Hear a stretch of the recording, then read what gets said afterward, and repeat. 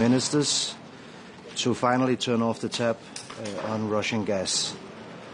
For far too long we have let Putin weaponize energy against us. For far too long we have been dependent on gas from an aggressor who is conducting an illegal war in Ukraine. Russia continues to attack energy facilities in Ukraine. We need to show a very firm stand today. And from my conversations with ministers, I'm very optimistic that we will get this agreement today. And that will not only send a very clear signal, it'll be more than that, it'll also have real effect, because it will of course mean that there will be less money going to Russia in the future. Few questions, yes. The European Parliament last week asked to hurry up the decision, or not the decision, but the stop with Russian oil import and gas 1 year earlier. Everything, is that realistic? So we want this to happen as fast as possible. We will have to do it in a gradual way. There are different types of gas, and there are of course also therefore different measures that we will take. What we have done is that we have conducted a very thorough dialogue with the countries that are most affected. And today I expect an agreement. This means that we then go into the trilogue negotiations with the Parliament. And yes, there will be, of course, discussions there on some specifics of the plan, but I am confident that the basics, which is that as soon as possible we need to get rid of this dependency, will stand. It's clear that two countries in particular have opposed not just the technical details but the principle of these plans.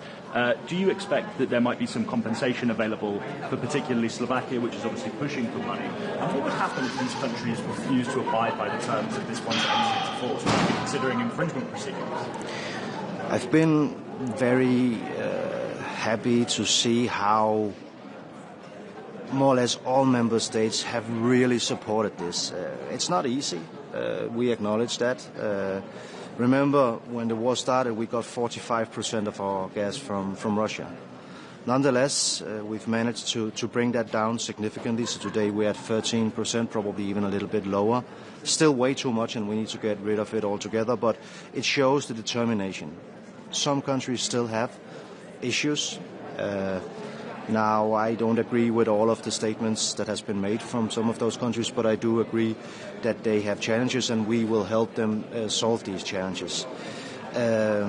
We are in, from the Commission side, very close contact with the countries in question, and we will do whatever we can to help. I have to say this is a legislation being proposed by the Commission that does not require unanimity.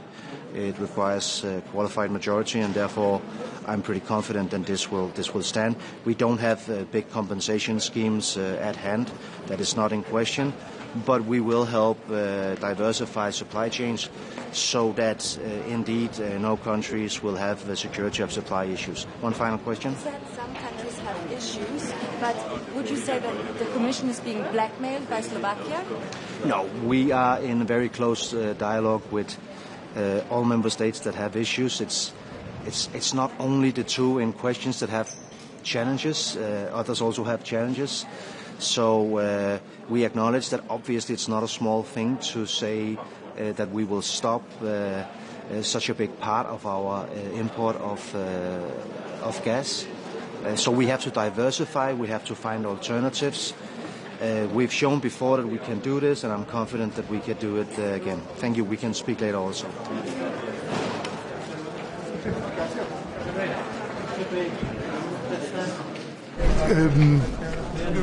Helt banalt spørgsmål, men altså, hvad er det, I skal opnå med det, I skal prøve at få vedtaget på grund af det? Det er en vigtig dag i dag. Nu skal vi have opbakning til, at vi endelig kan stoppe helt med at købe gas i Europa fra Rusland. Det er jo egentlig ret vanvittigt, når man tænker over det, at vi her har en fjende, som er i krig med Ukraine, som vi gør alt for at bekæmpe, og så er vi stadigvæk indirekte med til faktisk at finansiere Putins krig, fordi at der altså er lande i Europa, der stadigvæk er afhængige af russisk gas, og det skal altså stoppe nu. Og hvornår kan vi se, hvis det her bliver vedtaget i dag, hvornår kan vi så se en slutning på det? Det bliver en gradvis udfasning af de sidste procenter, og forhåbentlig kan vi inden for allerede et halvt års tid se, at vi så stopper med den del, som er den vigtigste del, de her korttidskontrakter, altså den her gas, der bliver handlet på det, der hedder spotmarked. Det skal stoppe, og det skal stoppe hurtigt.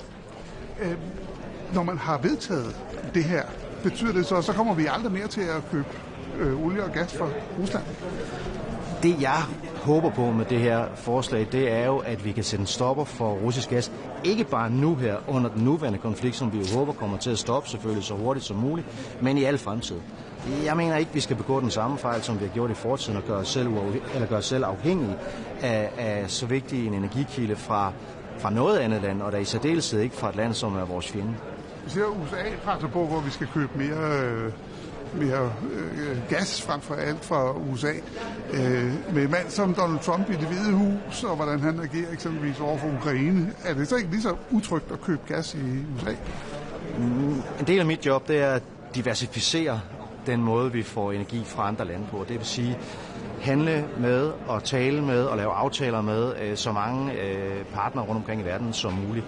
En af dem er USA. Jeg vil sige, der er grundlæggende kæmpestor forskel på at være handelspartner med en fjende som Rusland. Det skal vi væk fra. Og så USA. Vi har jo ikke fra europæisk side på noget tidspunkt haft et ønske om at handle mindre med USA. Vi vil tværtimod gerne handle mere med USA. Når det så er sagt, så er det også klart, det her med gas og fossile brændstoffer i det hele taget, det er jo noget, der er midlertidigt. Fordi vi ønsker jo ikke i fremtiden overhovedet at bruge de her brændstoffer. Vi skal jo bekæmpe klimaforandringerne også, og vi skal have bragt energipriser ned. Det gør man bedre med vedvarende energi. Så alle de aftaler, vi laver, alt det, vi gør, det er noget, vi gør meget midlertidigt. Jeg er meget optimistisk. Jeg synes, det danske formandskab har virkelig gjort det fremragende. Det er ikke nogen helt nem sag, det her, fordi selvfølgelig er det nemt på overfladen at sige, vi skal fri af den her gas. Der er bare lande, der er ret afhængige af den her gas stadigvæk, så mit job derfra, hvor jeg sidder, er jo at hjælpe de lande med så at finde alternativer. Det danske formandskabs opgave, som de har løst fremragende, ja, nu må vi jo se, men som jeg i hvert fald synes, at det ser ud til, at de har løst helt fremragende, det er at finde kompromiserne mellem lande, og det er jeg altså ret optimistisk i forhold til. Tak. Godt. Så er det et spørgsmål, om UB rykker ned. Ja.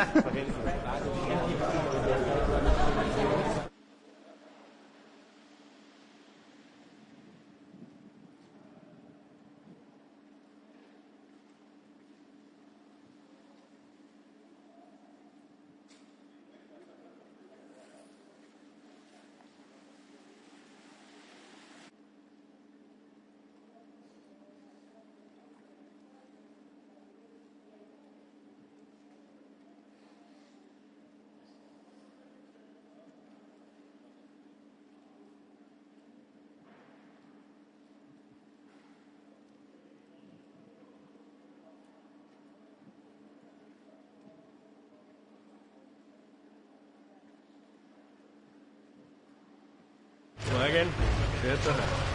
Grüß Sie. Folgendes. Wieso hat Österreich dann doch die RBI-Forderung fallen gelassen, der RBI auszuhelfen, sie zu entschädigen, sie schadlos zu halten? Ja, grundsätzlich zeigen wir hier Solidarität und es braucht auch eine klare Richtlinie. Wir müssen hier noch gemeinsam noch einmal nacharbeiten und das ist eigentlich unser Grund, warum wir hier auch Solidarität mit allen zeigen. Es braucht eine einheitliche Stimme und das ist unser Ziel, hier weiter noch nachzuarbeiten. Verstehen Sie, warum kein anderes EU-Land die Forderung von Österreich unterstützt hat? Es geht uns vor allem darum, dass wir zum einen österreichische Unternehmen auch schützen, dass wir hier auch einen dementsprechenden Rechtsrahmen haben, damit diese Unternehmen auch hier eine Klarheit haben. Und zum anderen geht es darum, es kann ja am Ende nicht dazu sein, dass wir mit der Ukraine mitfinanzieren und auf der anderen Seite die russischen Oligarchen auf der Yacht weiterfahren. Aber verstehen Sie die Abneigung prinzipiell dagegen, Vermögen von russischen Oligarchen aufzutauen, auch wenn die das nicht bekommen? Ich verstehe grundsätzlich, dass wir uns solidarisch verhalten und ich verstehe grundsätzlich, dass wir eine Einigung erzielen müssen. Dazu müssen wir noch nacharbeiten. Eine weitere Frage. Die Financial Times schreibt, dass Donald Trump am Freitag Zelensky dazu aufgefordert hat, Putins Bedingungen zu akzeptieren, sonst würde Russland die Ukraine zerstören. Was sagen Sie dazu? Trump hat auch von einer speziellen Militäroperation gesprochen, eigentlich die Rhetorik von Putin übernommen. Ich glaube, wir waren nicht dabei. Eines steht fest, dass die Ukraine ein souveräner Staat ist und dass wir alles tun müssen, um die Ukraine in ihrer Souveränität zu schützen und zu unterstützen. Eine weitere Frage noch zum Nahen Osten. Ist es nicht ein wenig peinlich, wenn sich die Europäer und die USA als Friedensbringer gefeiert haben und jetzt schon jetzt diese Waffenruhe brüchig wird? Es ist grundsätzlich ein großer Erfolg, dass wir hier seit einer Woche Friedensprozesse haben, dass hier de facto Waffenstillstand herrscht. Es gilt jetzt, diesen 20-Punkte-Plan auch nachzuvollziehen und durchzuziehen. Dass es am Anfang holprig ist, das ist, glaube ich, nicht illusorisch, das lag auf der Hand. Was erhoffen Sie sich denn heute? Die EU-Außenbeauftragte Kaja Kallas hat gesagt, die Sanktionen sollen heute nicht beschlossen werden, sondern am EU-Gipfel. Was erhoffen Sie sich denn heute von dem Treffen? Ja, es gilt grundsätzlich einmal, diese zwei Themen auch zu bespielen, die wir haben, nämlich die Sanktionen gegenüber Russland und zum anderen den Nahen Osten. Und dann kommt noch das dritte Thema, auch der Indo-Pazifik dazu. Also diese drei Themenbereiche werden heute intensiv besprochen. Mr. Minister.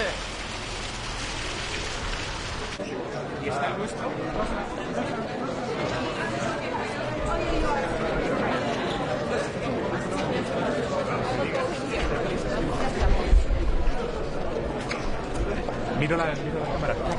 Sí. Buenos días.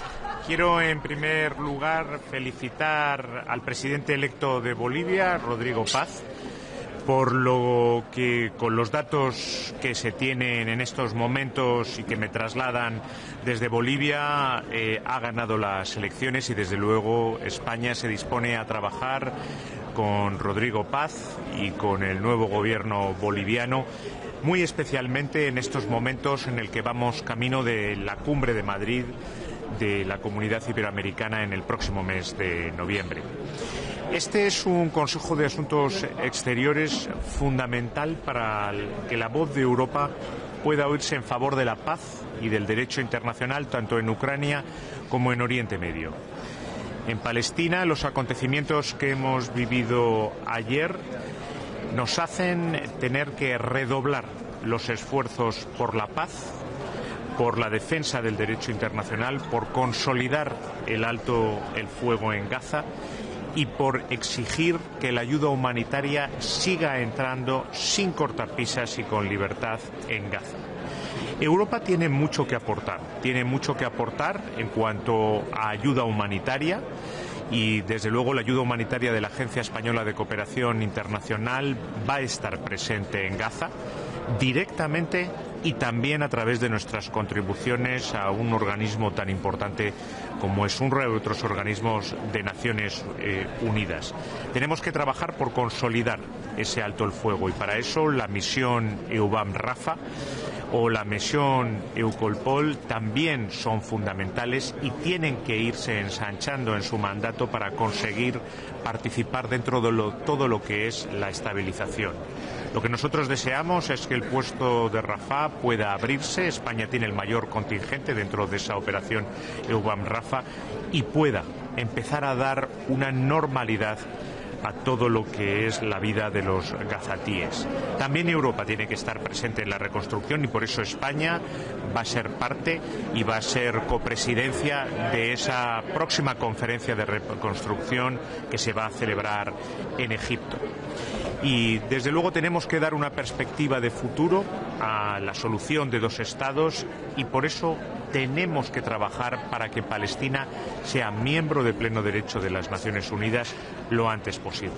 En el otro escenario, en Ucrania, también tenemos que rechazar hoy aquí en Luxemburgo con fuerza todas las interferencias rusas que están produciéndose en distintos estados de la Unión Europea. Nos felicitamos de que algunos de los niños secuestrados hayan podido regresar a Ucrania, pero tenemos que exigir que sean todos ellos los que vuelvan, y nos enfrentamos a un nuevo invierno en el cual es necesario dar estabilidad, fiabilidad al sistema eléctrico, y la Agencia Española de Cooperación ha previsto 70 nuevos generadores que en los próximos días van a salir rumbo a Ucrania para poder facilitar y proveer de energía, de electricidad, de calefacción en ese duro invierno que se prevé en este ya cuarto año de guerra en Ucrania. Tendré un encuentro con el ministro de Asuntos Exteriores ucraniano, Andrea Sivilla, donde podré trasladarle todo esto.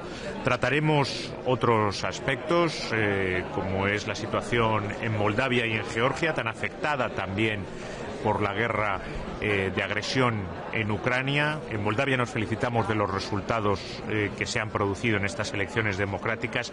Georgia necesita también del apoyo de la Unión Europea y de la estabilidad, y a petición de España vamos a tratar la relación entre Europa y América Latina, porque aunque estos son los aspectos que nos tienen que concentrar, desde luego la voz de España siempre se va a oír en Europa a favor de que miremos y trabajemos conjuntamente con América Latina.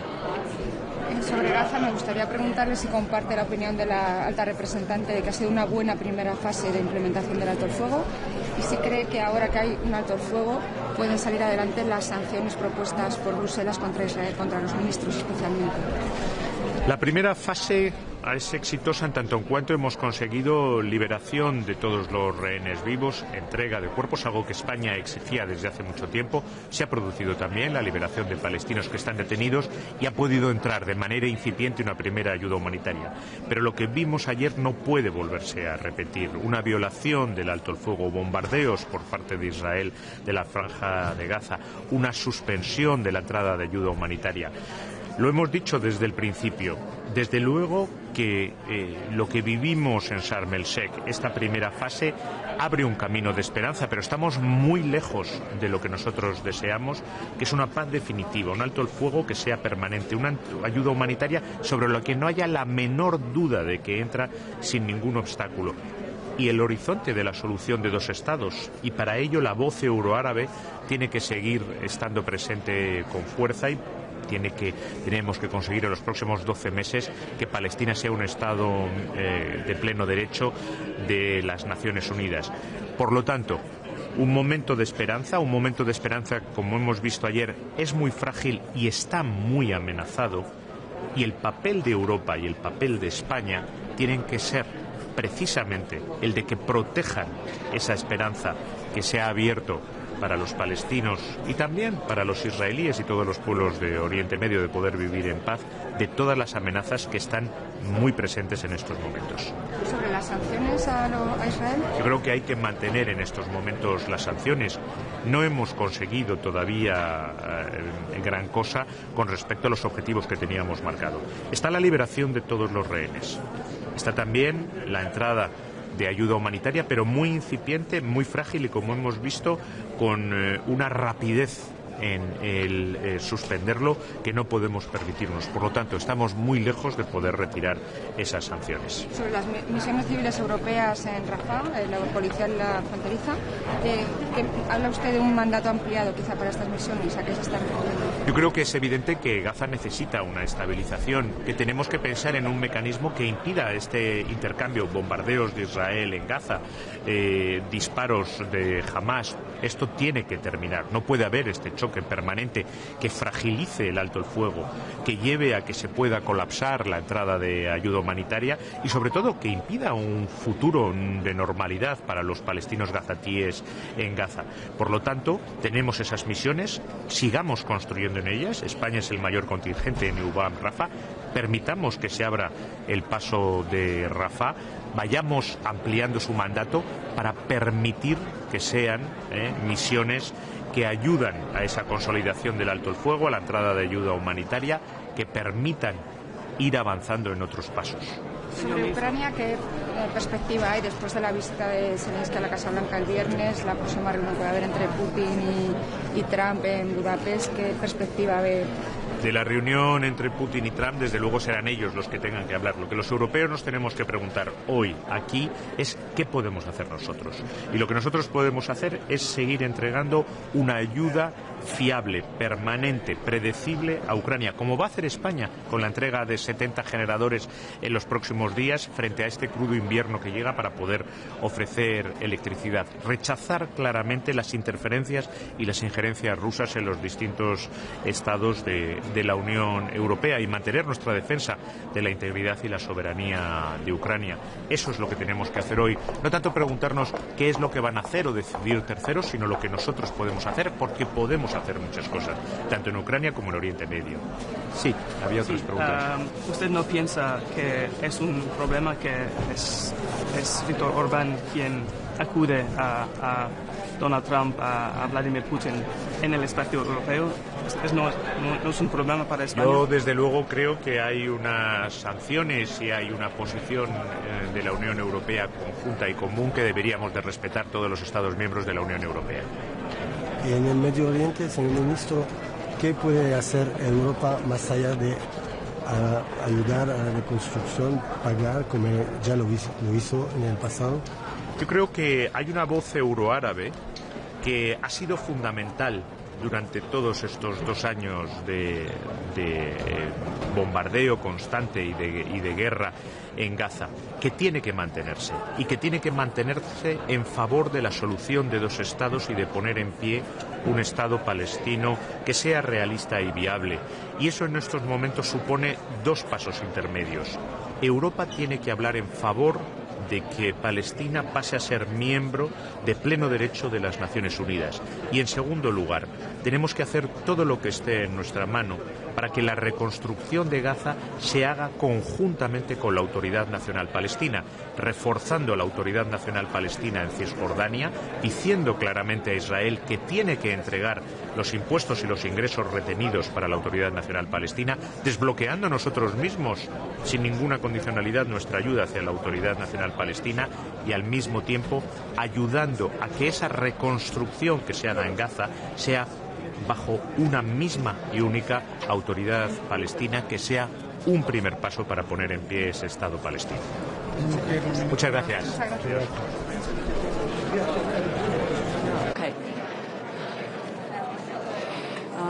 Na zasedanju v Luxemburgu bomo danes govorili o prizadevanjih za mir, za končanje ruske agresije v Ukrajini, za mir na Bližnjem vzhodu, v Gazi. Najprej v Ukrajini, seveda ta ruska agresija izčrpuje vse in Slovenija pozdravlja vsa mirovna prizadevanja, ki gredo v smer trajnega, pravičnega premirja, dogovora za mir v Ukrajini. In pozdravljamo tudi napore ameriške administracije predsednika Trumpa za pogovore, ki naj bi bili po pričakovanjih v Budimpešti.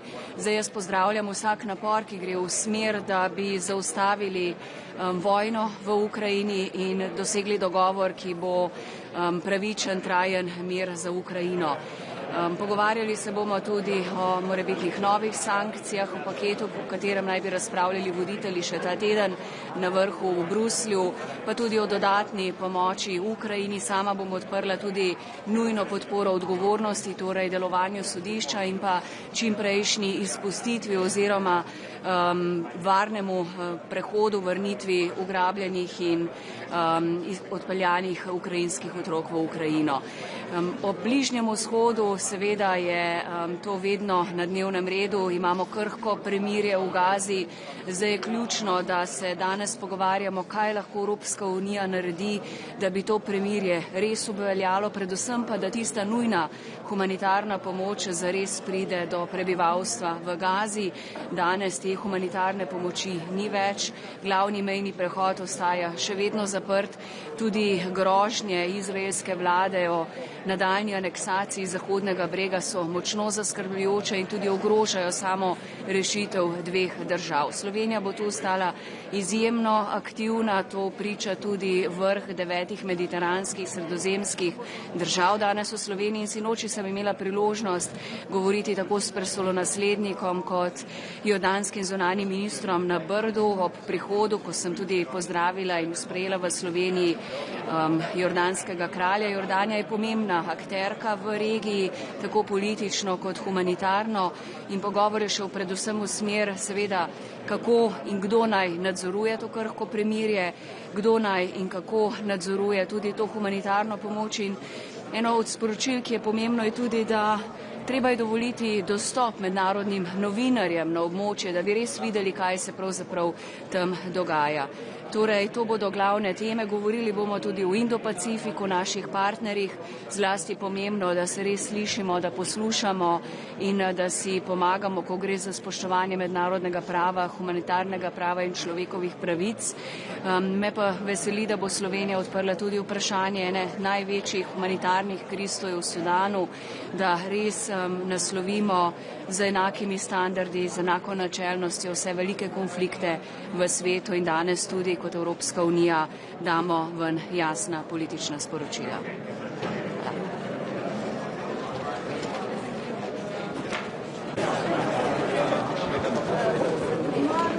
Guten Morgen, alle ausgeschlafen?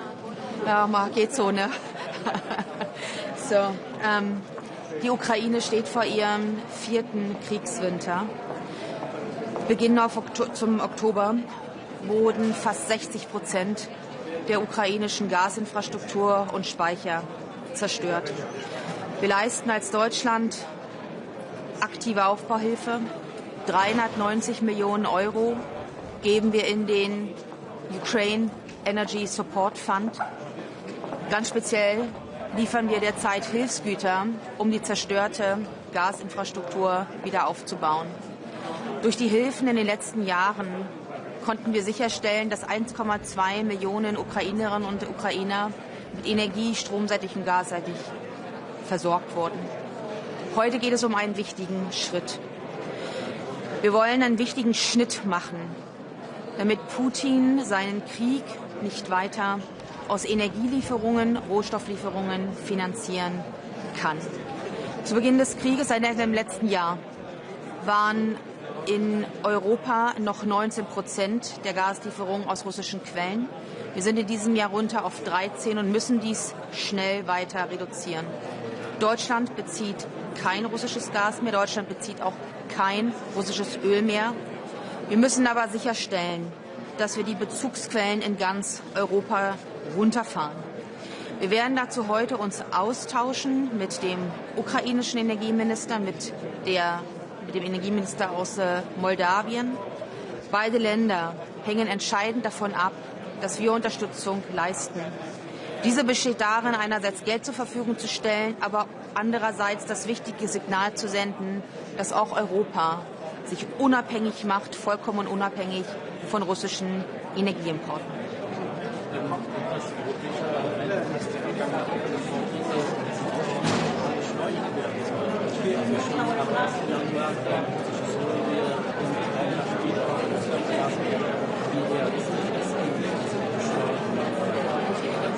Darüber wird der Europäische Rat besprechen.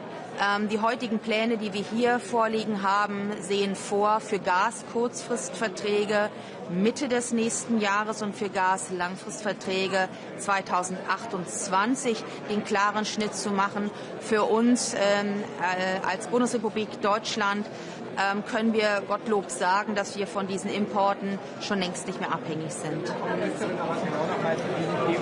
Sie einmal allgemeinverständlich erklären, warum überhaupt diese Gesetzgebung braucht, die jetzt heute gemacht werden soll, dass in dem neuen Sanktionspaket doch ein Ausstieg ein Jahr früher schon drin ist? Warum muss das heute gemacht werden? Warum ist das wichtig? Wir haben Mitgliedstaaten in der Europäischen Union, denen der Ausstieg erkennbar schwerer fällt.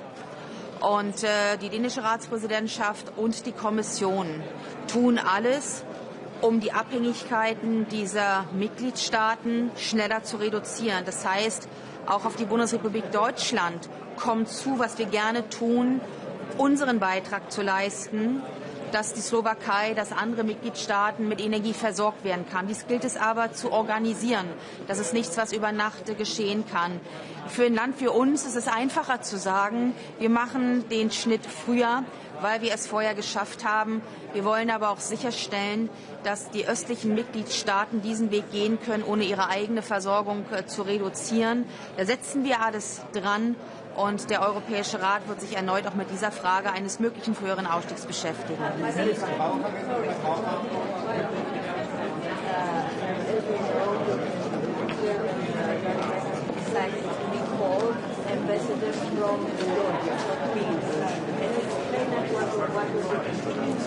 Das kann ich leider nicht erklären. Tut mir leid. Wie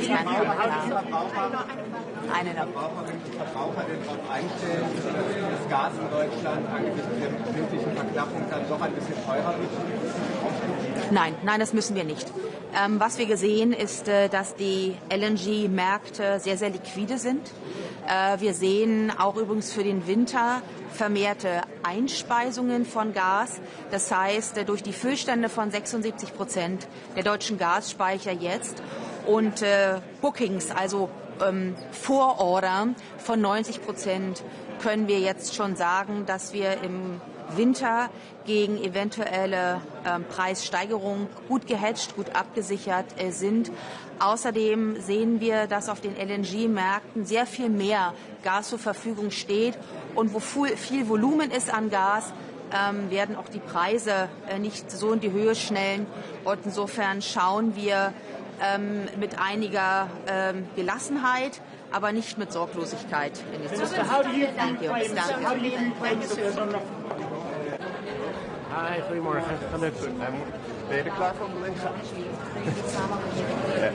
Ik heb het beeld niet nodig, maar voor de collega. Goedemorgen, minister. Ik weet niet of u het net gezien heeft. Den Haag komt demonstranten hier buiten. Maar heel veel mensen in Nederland zien ook gruwelijke beelden van Hamas-terroristen die barbaarse toestanden plegen op hun eigen bevolking. Wordt er vandaag een stap gezet met sancties richting Hamas? Of zijn ze gekoppeld aan de sancties tegen Israël? Nou, wat ons betreft niet. We hebben altijd gepland voor strengere maatregelen tegen Hamas. Kijk, op dit moment in het vredesplan is de bedoeling dat er überhaupt geen rol meer is voor Hamas. Dat Hamas wordt ontmanteld, zowel politiek als militair. En we zien nu de afgelopen dagen waarom dat nodig is. Dit is een onbetrouwbare organisatie. Het zijn terroristen. Ze terroriseren dus ook hun eigen bevolking. Ze houden zich niet aan de wapenstilstand op sommige vlakken. Dus in die zin wegwezen ermee, zou ik zeggen. Ja, hoe heeft u gekeken naar de beelden? Ja, dit soort executiebeelden zijn verschrikkelijk. Maar het geeft precies aan waarom daar een andere bestuur moet zijn. Waarom daar weer orde moet zijn. En dat Hamas niet de partij kan zijn die orde handhaaft in Gaza. Ja, dus unanimiteit nodig voor die sancties. Hoe is het krachtenveld? Zijn er landen die zeggen van ja, het moet wel één pakket blijven bijvoorbeeld? Nou, op dit moment is een heleboel fluïde. En dat is ook logisch, want we hebben natuurlijk een verandering gezien met het plan wat nu op tafel ligt. Iedereen hoopt dat dat houdt. Dus ik denk dat een heleboel landen nu even de kat uit de boom willen kijken. Dit vredesplan een kans willen geven. En dan daarna kijken waar moeten we meer druk uitoefenen. Op Hamas evident, maar ook op Israël als dat nodig is. En zij zich niet houden aan het staakt het vuur. Maar laat de wereld dan niet onbeantwoord wat daar nu gebeurt. Iedereen ziet toch die gruwelijkheden. Moet daar niet direct een antwoord op komen? Nou, we zitten daar bovenop. Nogmaals, Hamas is een terreurorganisatie. Die moeten daar weg. En dit plan is de enige mogelijkheid om Hamas daar weg te krijgen. Daar heeft Hamas ook mee ingestemd, dus ze kunnen nu proberen terug te roeien erop. Maar dat zal geen effect hebben. De VS, maar ook Egypte, Qatar, Turkije voeren maximale druk uit op Hamas om zich te voegen naar dit plan. Daar hoort bij dat ze verdwijnen, dat ze ontwapend worden en dan gaan we dit soort vreselijke beelden niet meer zien. Maar hoe zit het dan met Israël? Dat heeft ook het staakt het vuren geschonden. Ze zeggen als reactie op Hamas. Maar ze laten ook hulpgoederen niet door. Wat vindt u daarvan? En wat Israël zegt, één is dat zij in reactie hebben gehandeld en daar het staakt het vuren hebben doorbroken. Daar zullen we echt moeten afwachten of dat inderdaad het geval is of niet. Maar daar kan ik me van alles bij voorstellen. Zeker als je de beelden van Hamas en hoe zij opereren in de Gazastrook hebt gezien. Israël heeft daarop ook gezegd van ja, onderdeel van fase 1 staakt het vuren was de hulpgoederen onverminderd toegang geven. Op het moment dat de situatie daar niet veilig is, we geen staakt het vuren hebben, laten we ook die hulpgoederen niet naar binnen. Nou, ik ga ervan uit dat die vandaag gewoon weer wel naar binnen gaan. Dat uiteindelijk, nu het staakt het vuren, de rust weer is wedergekeerd. Dat ook dit weer voortgang gaat vinden. Het zal broos blijven de komende periode. Daarom is het zo belangrijk dat we ook naar fase 2 gaan. Het ontmantelen van Hamas. En het zorgen voor veiligheidstroepen, zowel internationaal als lokaal, die daar nu de veiligheid gaan beheren. Zo kunnen we langzaam een stabielere organisatie creëren. Maar wat ik zeg, het is broos. En we zullen dit soort incidenten, vrees ik, ook de komende dagen nog wel zien. Ja, maar geen sancties dus vandaag, want iedereen wacht af. Nou, we gaan het erover hebben. Kijk, het belangrijkste is nu om die partijen tot elkaar te brengen. Dat was überhaupt altijd al het doel van sancties, was om druk op te leggen op beide partijen om naar die tafel te komen. We hebben nu een tafel, we hebben nu een plan. De maximale druk en de focus van de hele wereldgemeenschap ligt daarop. Laten we daar nu als allereerste voor gaan. Misschien overstappen naar de oorlog op ons eigen continent. Er komen berichten naar buiten dat dat gesprek tussen Zelensky en Trump niet goed is verlopen. Wat is uw indruk ervan tot nu toe? Ja, ik kan het moeilijk inschatten, want ik was zelf niet bij dat gesprek. Ik hoor toch ook wel andere geluiden.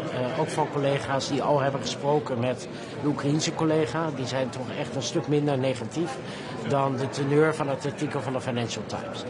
Hoe dan ook, voor ons staat het een paal boven water dat de Oekraïne zelf gaat over hoe deze oorlog eindigt. En tot die tijd zullen we Oekraïne blijven steunen. Dus dat is echt een belangrijk onderdeel van de discussie vandaag.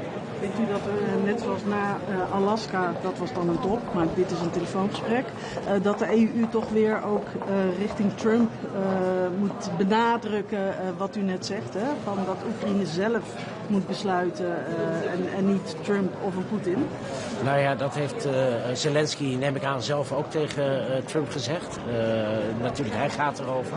Ja, voor ons staat het ook als een paal boven water. We zullen ook moeten blijven benadrukken dat we hebben de VS nodig om Poetin naar de onderhandelingstafel te dwingen.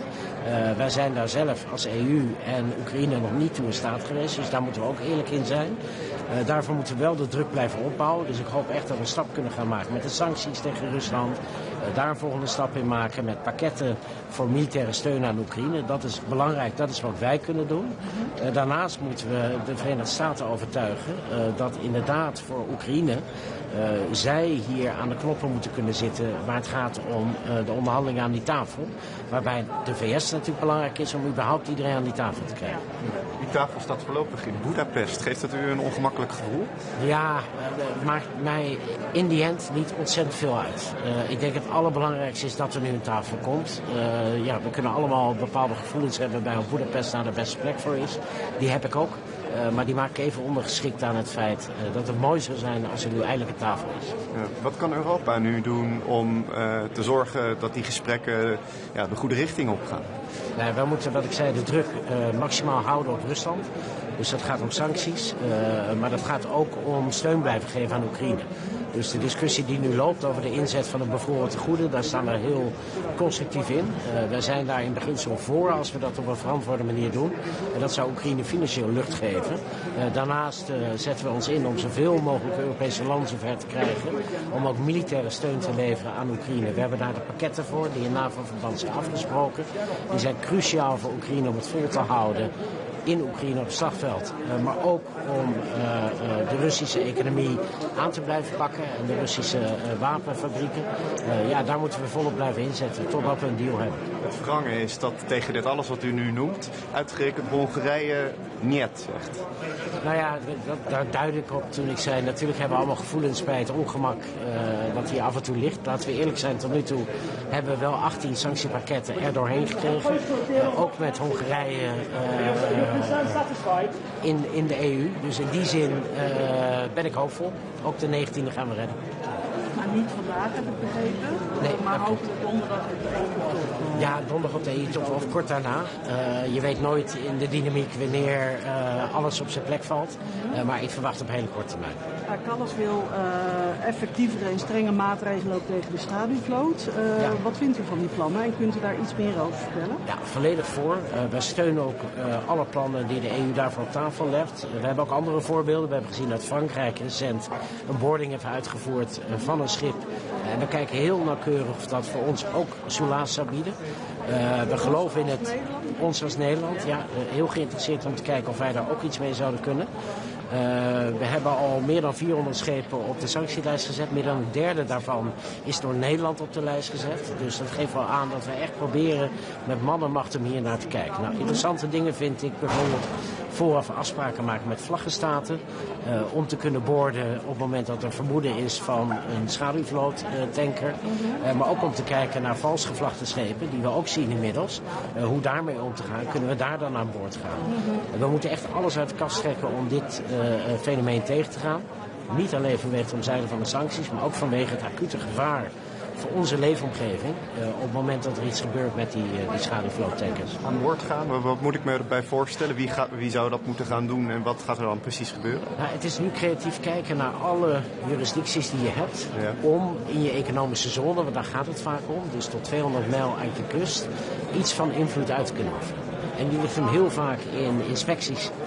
Dus dat kan zijn van veiligheidsredenen of visserijinspecties of noem het maar op. Je moet heel creatief kijken naar welke mogelijkheden heb ik om in ieder geval iets van controle uit te kunnen oefenen. En daarin is het Franse geval dus heel erg interessant. Omdat die dat hebben gedaan en uiteindelijk een schip hebben opgedaan. En wie zou dat in Nederland moeten doen? Ligt dat dan bij de kustwacht of bij de inspectie voor de zeevaart, geloof ik dat het heet? Of het heeft de kustwacht is interessant dat hij die noemt. Die hebben in Nederland op een bijzondere manier ingericht. Daar gaan 7 ministeries over. Met even zoveel diensten die daaronder hangen. Dat heeft soms zijn uitdagingen in de coördinatie, maar ook zijn voordelen. Omdat je dus al die organisaties met hun verschillende mandaten bij elkaar hebt zitten. Dat geeft ook gelegenheid om creatief dit probleem nu aan te gaan pakken. En de capaciteit is er ook? Die capaciteit daarvoor, die moeten we dan gaan vrijmaken. Dit is wel een belangrijk onderwerp. A few questions in English. Yeah. Hello, from the Financial Times. I'm probably going to ask you to repeat what you may have just said in Dutch, but I would love to know what your impressions are of the reports. More useful in English. Exactly. What are your impressions of the reports of what Trump said to Zelensky on Friday? What is your reading? What have you heard from your sources about that? And therefore, also, how should the EU assert itself back into the peace process? Yeah, so we read the article in the FT, of course, and we're trying to talk here to colleagues. Our Ukrainian colleague, Minister of Foreign Affairs, will be here this morning. So hopefully we'll be getting a bit more insight into their talks in Washington. I think the Ukrainians are less negative than you presume on the basis of the article in the FT. So I think that they are still fully convinced that President Trump wants to end this war on fair terms. And I think that is good. That is something that we as an EU should applaud. President Trump is probably the key figure in getting everyone to the negotiating table. And we should all aim for that. At that negotiating table, the EU should put the Ukraine in a strong starting position by providing military assistance, by looking into how we can use the frozen assets to give them some financial alleviation in order for them to have the best cards at the table when we get there. How should it be done? You know, it's in Budapest. That's obviously a huge win for Orban. How can the EU make sure that it's not Orban's show and that it's an EU's? Well, to be honest, we will have certain feelings about where the meeting might be held with regards to also the position that Mr. Orban has taken in this conflict. On the other hand, I think the most important thing is that we have a negotiating table, that we get the parties around the table. Up until now, that hasn't happened, and it's very, very needed. Can I ask a question? Oh, go ahead. Excuse me. Le Monde, I have a question on Gaza, and I was wondering what are your expectations of this meeting on Gaza and what you can do now that there is a Trump plan? So I think that all of us here in the room today will applaud the Trump plan. I think it's the only credible plan we've seen in 2 years. The difficulty now will be in implementing the Trump plan, and there we will look at what the EU can do to contribute to the implementation. That can be in the field of security forces, in the field of reconstruction of Gaza. It can be in maintaining diplomatic ties with both sides in order to exert pressure. So we will try to be useful in implementing the plan. We see how difficult it is already in phase one. We've seen the skirmishes and the breaking of the ceasefires over the past few days. Fortunately now it seems to hold again. Aid is flowing in. I think that's important for the population of Gaza. But phase two is probably the most crucial, which is disarming Hamas and making sure that they no longer have a political role in Gaza. I think that's crucial for any success of the plan in the medium and long term. Any expertise in disarmament? Definitely. I think we have a long expertise in reconstruction. We have long expertise in how to do track 2 dialogues, how to build a security sector. If I look at my own country, then we have long-standing projects in helping local governance for the Palestinian authorities. That could be useful also in reconstructing Gaza and in the temporary rule that we will see there under a technocratical committee. So there's a lot of work for us to be done, and we will be ready to do so.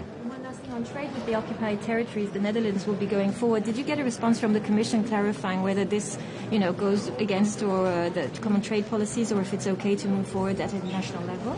No, but we think it is. So we feel we have to room on the basis of our national regulations. However, we do need to put this into formal regulations and laws. So it might take a few months for us in order to be ready for that. But we're still continuing on the preparatory path for that. We have to finish because the council will start. Thank you. Thanks, everyone.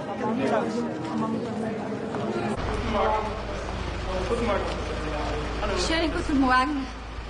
Ja, grundsätzlich ist es so, dass die Bundesregierung ein ganz klares Ziel hat. Wir wollen sichere, leistbare und saubere Energie für österreichische Haushalte und Betriebe. Die Versorgungssicherheit und die Preisstabilität, das sind die Dinge, die am wichtigsten für uns sind. Das sind die Dinge, die die Wettbewerbsfähigkeit beeinflussen, die unseren Wohlstand gewährleisten und die auch für soziale Stabilität sorgen. Und das ist gerade in Zeiten geopolitischer Unsicherheiten umso wichtiger. Genau deshalb war es uns als Bundesregierung auch wichtig, rund um die Verhandlungen zum heutigen Legislativvorschlag zum Ausstieg aus russischem Gas ganz besonders hinzuschauen. Und eines vorweg, ja, wir werden natürlich dieser Repower-EU-Verordnung heute zustimmen, weil es ist ein ganz klares, unmissverständliches Signal im Ringen um Frieden in der Ukraine. Nichtsdestotrotz, wir haben auf jeden Fall einmal als Österreich unsere Hausaufgaben bereits erledigt. Wir beziehen seit 2025 kein russisches Gas mehr und auch die OMV hat sämtliche Lieferverträge mit Russland beendet. Aber hier geht es jetzt bei Repower EU um den gesamteuropäischen Ausstieg aus Gas. Und das ist ein extrem komplexes und sensibles Vorhaben, wo man auch alle Aspekte sehr sorgfältig abwägen muss. Für uns als Österreich war in den Verhandlungen immer klar, dass wir uns aktiv einbringen und auf genau 2 Momente schauen. Einerseits die Preisstabilität und andererseits die Versorgungssicherheit. Und wenn ich von Marktstabilität rede, dann geht es natürlich in erster Linie darum, dass wir günstige Preise für Europa gewährleisten. Weil das entscheidet nämlich am Ende des Tages darüber, ob wir die Wettbewerbsfähigkeit erhalten, ob wir in der Lage sind, den Standort attraktiv zu gestalten für zukünftige Investitionen, ob Betriebe abwandern oder hier bleiben, ob wir Arbeitsplätze sichern und schaffen oder Arbeitsplätze an andere verlieren. Und unter diesem Aspekt ist es insbesondere wichtig, dass begleitend zu diesem Ausstieg aus russischem Gas es wirklich seitens der Europäischen Union aufgepasst wird, dass man sich nicht in andere Abhängigkeiten manövriert, auch nicht von einem einzelnen anderen Akteur oder der USA. Wir müssen weiterhin dranbleiben und unsere Gaslieferungen diversifizieren in Europa und im Sinne der günstigen Preise auch den europäischen gemeinsamen Gaseinkauf forcieren.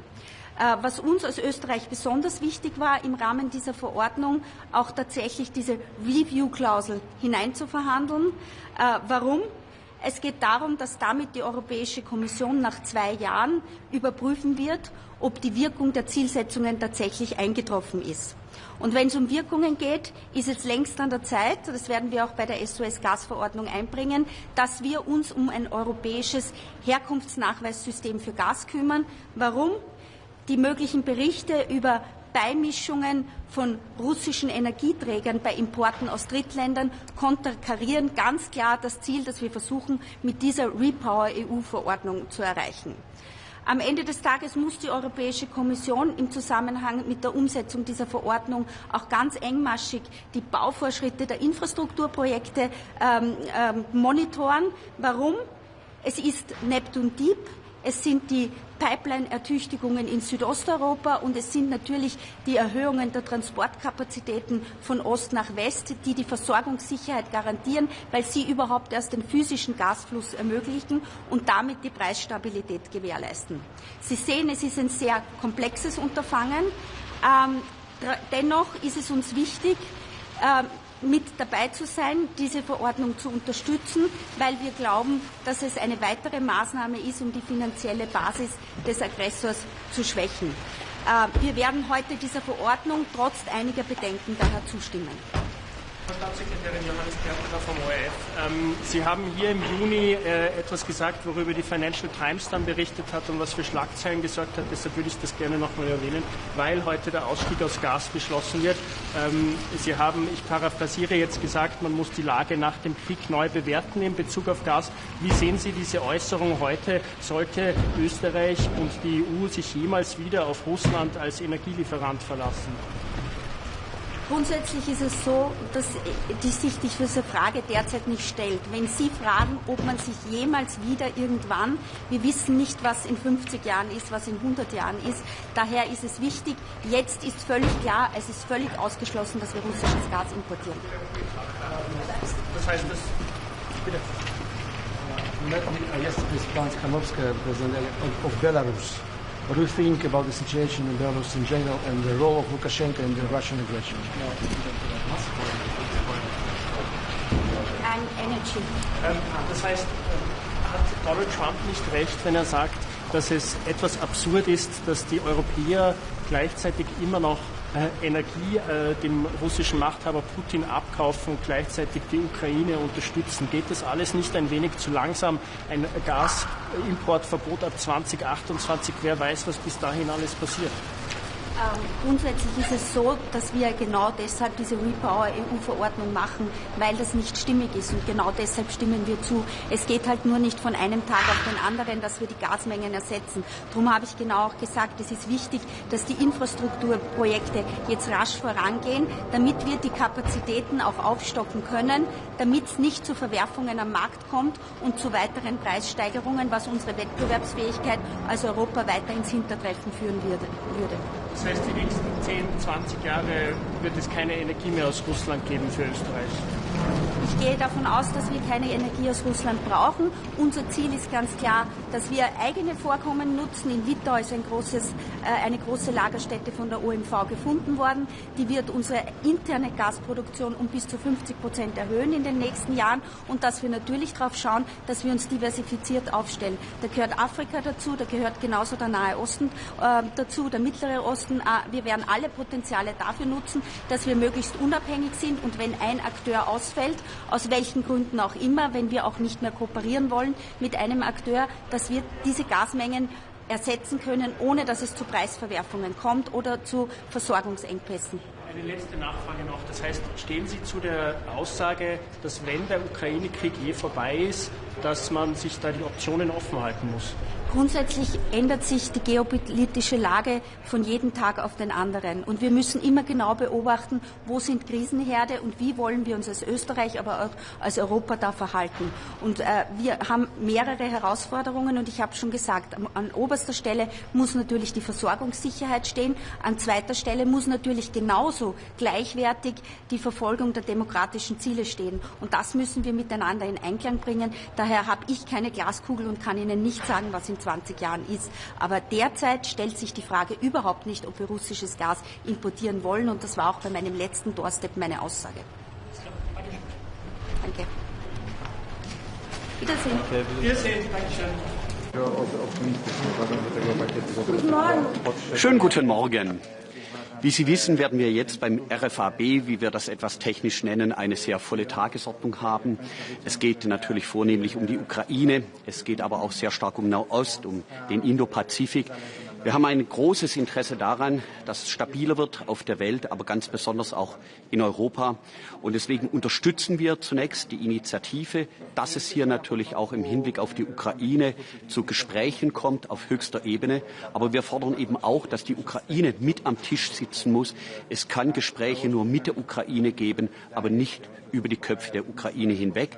Dass das Ganze in Budapest stattfindet, wie gesagt, gut, dass es ein solches Treffen gibt, aber wir dürfen auch daran erinnern, es gab ein Budapester Memorandum, in dem damals Russland, die ehemalige Sowjetunion, die Integrität und auch die Souveränität der Ukraine anerkannte gegen den Abzug der Atomwaffen. Das ist nicht vergessen. Was jetzt aus diesem Abkommen wurde. Sie wissen ganz genau, dass Russland diesen Krieg gegen die Ukraine begonnen hat, gegen ein Land, unschuldig, aber eben souverän. Und deswegen ist es wichtig, die Ukraine muss mit dabei sitzen, sonst erinnert das eher an Postkolonialismus. Das eingefrorene russische Vermögen sollen eingesetzt werden zur Hilfe der Ukraine. Woran scheitert es bislang? Und glauben Sie, dass eine Entscheidung in dieser Woche noch möglich ist? Möglich ist vieles, aber es geht darum, dass das Ganze rechtssicher ist, aber auch finanzpolitisch dann auch vertretbar. Das heißt, wir müssen natürlich sehr darauf achten, welche Auswirkungen hat das Ganze, auch auf die Finanzmärkte.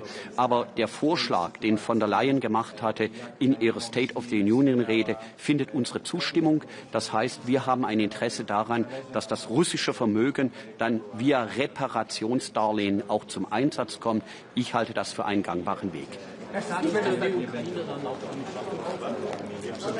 Das ist das Ziel, dass die Ukraine sich dann auch weiter aufrüsten kann. Selbstverständlich, die Ukraine befindet sich in einem Verteidigungskrieg gegen Russland und dazu sollten die Mittel dann auch verwandt werden. Ich darf Sie kurz zum Gaza-Streifen. Frankreich setzt sich nun dafür ein, dass die EU-Mission, Grenzschutzmission Rafah ausgeweitet wird. Können Sie sagen, wie Deutschland dazu steht und wie viele deutsche Kräfte sich derzeit denn an diesem Einsatz beteiligen, der möglichst schnell erfolgen soll? Gut, grundsätzlich sind wir offen für solche Vorschläge. Wichtig ist jetzt zunächst einmal in der Region, dass es uns gelingt, diesen Waffenstillstand auch zu sichern. Und die Hamas ist alles andere als entwaffnet. Man muss nur an die Bilder denken, die hier bis in die Wohnzimmer Deutschlands hineinreichten, als Palästinenser exekutiert wurden auf offener Straße. Also kann es mit der Entwaffnung der Hamas offensichtlich nicht so weit her sein.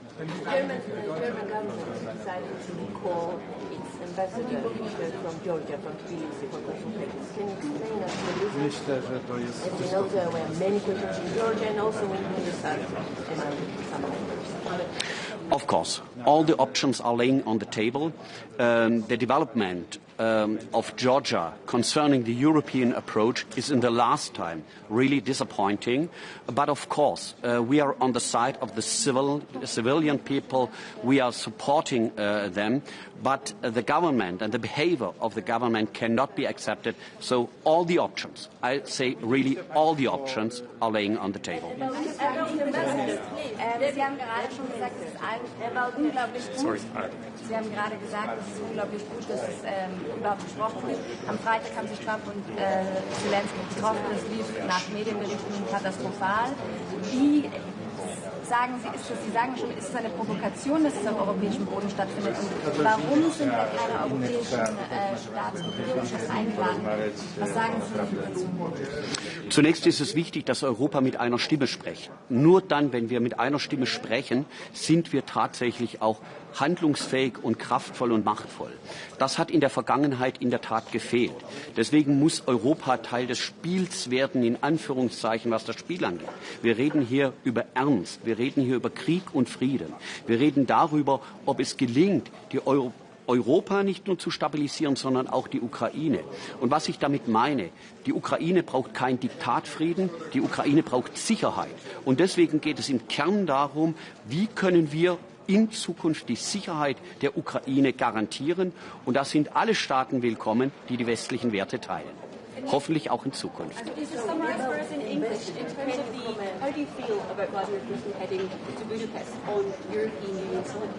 Sorry, I did not. English about how you feel about Vladimir Putin, an indicted, a suspected war criminal, heading to EU soil for a meeting in Budapest. I mean, Hungary doesn't represent your point of view. Of course, Hungary will not share my point. That's obviously right. It is not the only one. But on the other hand, I can only repeat what I said before. It is absolutely necessary that we talk now how this war can be stopped. But it can only be done with Ukraine and not without Ukraine. Ukraine has to sit at the table. Otherwise, it cannot be accepted that it will be a fair deal, a fair agreement. And this can only guaranteed when the interests of Ukraine are represented, and it can only be done with Ukraine itself. Ukraine only can speak for itself. Ich würde gerne nochmal auf meinen Kollegen und seine Frage eingehen. Gerne. Und zwar, wie soll man jetzt damit umgehen, dass da geblockt wird, und also Blockages Issues sind? Und zweitens, der Kanzler hat sich ja sehr stark positioniert in Kopenhagen, hat gesagt, das geht sehr schnell durch. Sehen Sie diese Woche bei Frozen Assets einen Durchbruch? Noch einmal, ich kann nur wiederholen, was ich vorhin gesagt hatte. Ich sehe das als möglich, aber es müssen eben auch die rechtlichen Kriterien geklärt sein, genauso wie die finanzpolitischen Auswirkungen. Das hat aber auch der Kanzler stets so betont. Das ist wichtig, gerade auch im Hinblick natürlich auch auf andere Staaten. Sie wissen, Euroclear sitzt in Brüssel.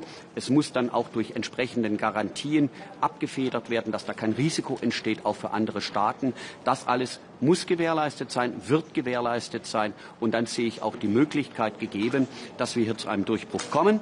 Und die russischen Assets, wir reden immerhin über die Summe von 140 Milliarden Euro, dann auch herangezogen werden können, dass die Ukraine Waffen kaufen kann, vornehmlich auch in Europa, und sich damit besser verteidigen kann, auch in der Zukunft. Herzlichen Dank Ihnen. Vielen Dank.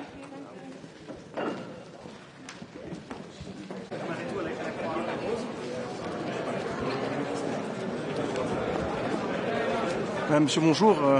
Alors c'est un grand plaisir pour nous évidemment d'être aujourd'hui présent à Luxembourg pour la concrétisation au niveau du Conseil de ce programme et de ce plan Report EU initié sous présidence belge déjà à l'époque, mais également de venir discuter d'un deuxième point qui est crucial pour la Belgique notamment, qui est l'électrification.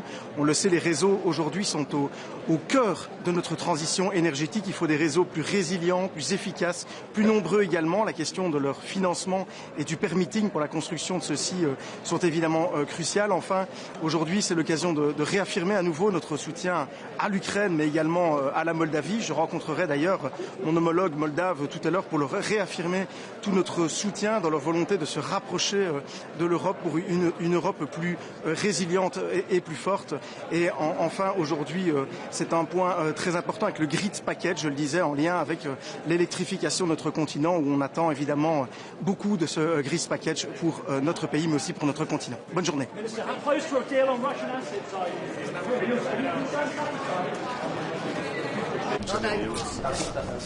Kan man stå på krydset? Nej, spørger du? Ja. Hvis vi lige starter med Ukraine, Financial Times har en historie om, at mødet med Donald Trump mellem Trump og Zelensky ikke gik super godt, og at Trump skulle have, der kom ikke nogen Patriot-missiler, han skulle have foreslået, at man skulle afgive hele Donbass og andet. Hvor står vi henne nu? Jeg har godt læst den artikel. Nu er jeg ikke selv med til møde, men jeg havde en lang samtale med den ukrainske udenrigsminister i går, og har måske lidt nuancer på det der. Jeg tror, vi står, hvor vi har stået hele tiden, at det er i høj grad op til Europa at handle i forhold til Ukraine. Og jeg synes, det mest afgørende overhovedet, det er, at vi nu får fremskridt i hele den her diskussion om, hvordan vi bringer de immobiliserede aktiver i spil. Der ligger jo det her forslag om at bruge det som sikkerhedsstillelse for fremtidig krigsskadeerstatning og dermed give Ukraine noget økonomi. Det er vejen frem. Det kommer vi til at vende i dag. Vi kommer ikke til at konkludere det i dag. Jeg håber, at det europæiske råd, der skal finde sted senere i ugen, bringer den her sag meget fremad, fordi det er det helt afgørende.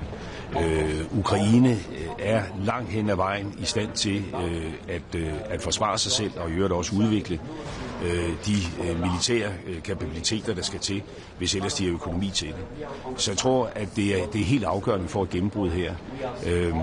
Vi har en udfordring omkring byrdefordeling i Europa. Danmark gør meget. Det er der en kreds af lande, der gør. Der er en kreds af lande, der gør mindre. Det bliver vi ved med at tale ind i. Det kommer også til at gøre her i dag. Appellere til, at flere lande gør noget mere. Men jeg tror, at der, hvor vi for alvor kan gøre en forskel, det er ved at bringe de her betydelige ressourcer i spil på en måde, så Ukraine får en langsigtet økonomi og mulighed for at bygge deres eget forsvar, som jo også er en angrebsmulighed op. Men er det ikke lidt et paradoks af en situation, hvor det virker som om, at det er europæerne, der står med hele ansvaret for at hjælpe Ukraine, men det er Donald Trump og Putin, der forhandler nærmest uden Ukraine og uden europæerne om fred? Altså, som jeg forstår den amerikanske præsident, så har han nu i virkeligheden gentaget den position, han også havde for et halvt år siden, om at det, der er brug for, det er en våbenhvile på kontaktlinjen. Det har Ukraine jo bakket op om. Det er jo mange måneder siden. Det har vi også støttet fra europæisk side. Den eneste, der sådan set sætter spørgsmålstegn ved det er Putin. Og derfor er det selvfølgelig også helt vigtigt, at det ikke er ham, der kommer til at svinge dirigentstokken. Jeg vil gerne sige her, at vi støtter den amerikanske præsidents tanke om, at vi nu får en våbenhvile på kontaktlinjen. Men det skal være på kontaktlinjen. Og det er jo ikke Ruslands position. Som jeg har forstået det, så er Rusland et eller andet sted tilhænger af en våbenhvile, hvis man bare lige på forhånd indkalkulerer, at de skal vinde nogle territorier, som de altså nu har brugt næsten 4 år på at vinde, uden at det lykkes for dem. Og det kan hverken vi eller Ukraine selvfølgelig give ind overfor. Hvor ligger vi, ud over de her indefrosne midler, hvor ligger vi så i forhold til at øge presset på Rusland i forhold til at få stoppet den her krig? Vi arbejder jo benhårdt på en 19. sanktionspakke, som jo forhåbentlig er lige rundt hjørnet, med et yderligere pres på Rusland, og ikke mindst jo altså yderligere sanktionering af store dele af den russiske skyggeflåde, som jo også har effekt og sætter sig i den russiske økonomi. Vi måtte jo også forstå på Donald Trump, at han har haft en dialog med Indien, der hvis ellers det står til troende, fører til, at Indien vil gradvis aftage mindre russisk olie, hvilket jo også vil være positivt. Og det er jo der er sådan lidt mixede signaler, fordi det der pres fra Trumps side på de lande ude i verden, som understøtter den russiske krigsøkonomi, er jo vigtigt. Ligesom det er vigtigt, jeg snakkede med Lindsey Graham i går, at jeg forstår, at man jo fortsat arbejder videre med den her Lindsey Graham sanktionspakke, og at man i øvrigt også arbejder på et lovforslag, hvor man definerer Rusland som sponsor af statsterrorisme på grund af de ukrainske børn, der er blevet bortført. Og jeg må forstå, at på trods af det møde, der nu skal finde sted mellem Putin og Trump, så er det stadigvæk tanken, at det er noget, man skal behandle on the Hill her den 22. oktober.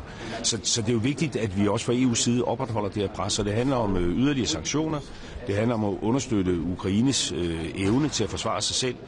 Og der peger jeg bare på, at vi har brug for nu snart at få et gennembrud på det her med de mobiliserede aktiver. Hvad siger du til, at der pludselig bliver indkaldt til et muligt topmøde mellem Trump og Putin i Budapest, altså internt i EU? Ja, det kunne jeg sige en hel masse til. Ja, men det er jo ikke noget, der flytter på omstændighederne. Altså det, der er det helt afgørende, det er, at vi nu manifesterer stærk opbakning til Ukraine. Derfor må man også se at komme op til det her møde med den ukrainske udenrigsminister. Flere sanktioner, mere økonomi til Ukraine, og dermed også et signal til vores amerikanske venner om, at det her har vores allerstørste bevågenhed, og vi står med Ukraine. Vi støtter den amerikanske præsidents tanke om en våbenhvile på kontaktlinjen, men vi støtter ikke alle mulige andre tanker om landswap. Hvis der skal ske noget nu, så skal vi have en våbenhvile ved kontaktlinjen, og så må de her yderligere spørgsmål omkring territorier, det må være noget, man vender tilbage til efterfølgende. Og lige hurtigt spørgsmål om Mellemøsten. Kort efter freden, så har der jo været kamphandlinger. Hvordan ser du den situation, der er dernede nu? Det er jo en meget, meget skrøbelig situation, og derfor er det også så afgørende, at man hurtigst muligt kommer videre til fase 2. Jeg tror, det der er det helt afgørende her, det er, at man i FN's Sikkerhedsråd får vedtaget en resolution, jo før jo bedre, som sætter rammen omkring den her internationale stabilitetsstyrke, der skal ind og monitorere. Der er jo brug for noget monitorering af den her våbenhvile. Jeg talte med mine egyptiske kolleger i går aftes, og der er jo en række lande, der sådan set er parat til at løfte den her opgave, men det kræver jo, at der er et sikkert FN-mandat. Nu sidder vi selv i FN's Sikkerhedsråd. Jeg ved, at flere af de permanente medlemmer arbejder på sådan en resolution. Det er noget, vi læner os dybt ind i, fordi det er afgørende vigtigt. Mr. Minister, yes. a quick question in English, sorry. Yes. You're the Danish presidency at the moment, and you're setting the agenda for these meetings, but with Hungary's announcement of this Budapest summit, do you not think that Hungary is actually setting the agenda for the EU at the moment? No, actually, I don't think so. I mean, Budapest is just a venue for a meeting. I mean, It is not organized by Hungary or any European countries. It's a decision taken by the American president who wants to meet his Russian counterpart. Nothing I can do about it, apart from, stressing that we stand with Ukraine.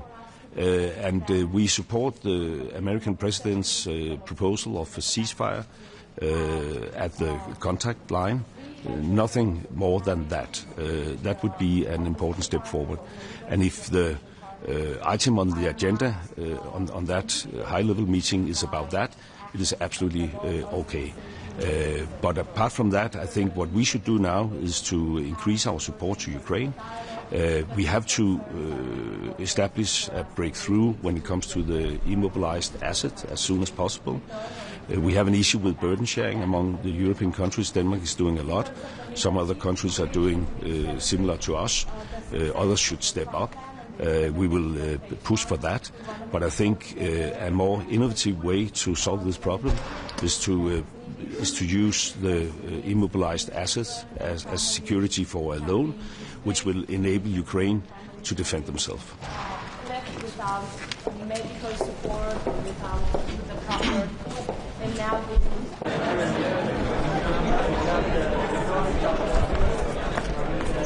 Bonjour à tous et à tous. Je suis de retour au Conseil énergie avec grand plaisir. J'y étais il y a un peu moins d'un an et je suis très heureux de voir les progrès qui ont été... On l'a refait ? Je suis très heureux de voir les progrès qui ont été réalisés en un an, à la fois par l'Alliance du nucléaire, réunion à laquelle je viens de participer, et dans le cadre de la préparation du Conseil énergie. Des pas de géants ont été accomplis pour mettre l'énergie nucléaire au cœur de la stratégie industrielle, pour continuer à investir dans la souveraineté énergétique et industrielle de l'Union européenne. Et évidemment, c'est un point très important aujourd'hui pour continuer à soutenir nos amis, nos alliés ukrainiens dans le conflit suite à l'invasion de la Russie.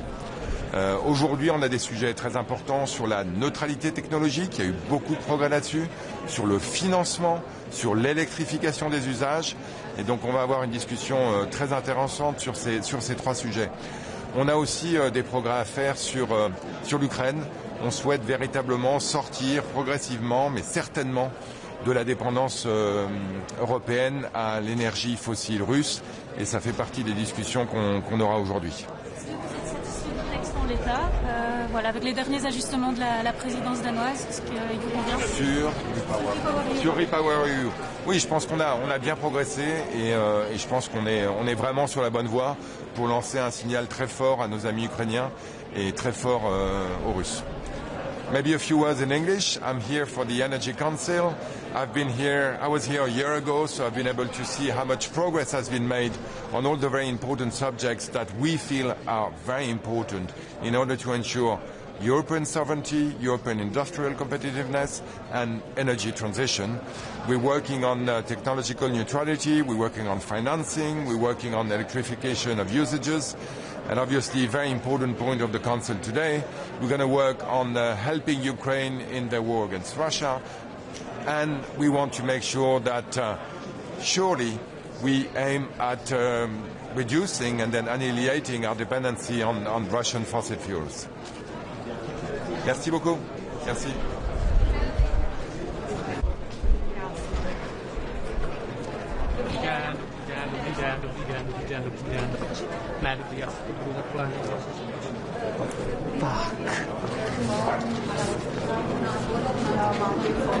Nahodíte otázku?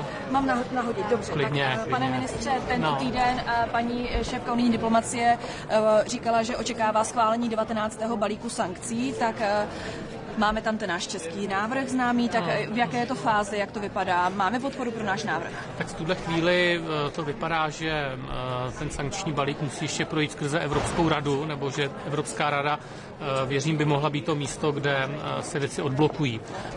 Takže by to mohlo být tento týden, ale já u sankcí říkám, že dokud není hotovo, tak to prostě neplatí. Samozřejmě jsem velice rád, že v tom 19. sankčním balíku je i ten návrh, se kterým jsem původně přišel já, se kterým přišla Česká republika, tedy omezení pohybu ruských diplomatů v rámci Schengenu, tak abychom nastolili plnou reciprocitu ve Vídeňské úmluvě v akreditaci diplomatů a má to samozřejmě i nezbytný bezpečnostní rozměr. Proč není možné schválit 19. balíček už dnes. Co tomu stále brání? Slyšeli jsme, že o víkendu Rakušané stáhli své veto, čili co tomu ještě dál brání? Já se přiznám, že v tuhle chvíli úplně tu detailní znalost nemám, ale vnímám, že se to týká střední Evropy a energetiky. Ráda bych se zeptala ještě na plány amerického prezidenta Trumpa, který minulý týden oznámil, že se chce sejít s Vladimírem Putinem, a to pravděpodobně v Budapešti. Tak jak vnímáte to, že by tato schůzka měla proběhnout na území Evropské unie i vzhledem k tomu, že na Putina je vydaný mezinárodní zatykač? Vlastně bude to už druhé setkání mezi Putinem a Trumpem. Já myslím, že je legitimní, aby se tyto světoví státníci setkali. Záleží vždycky v jakých kulisách a o čem mají diskutovat. Já říkám, že pokud se mají bavit o Ukrajině a o nějakém třeba míru na Ukrajině, tak u toho vždycky musí být Ukrajina.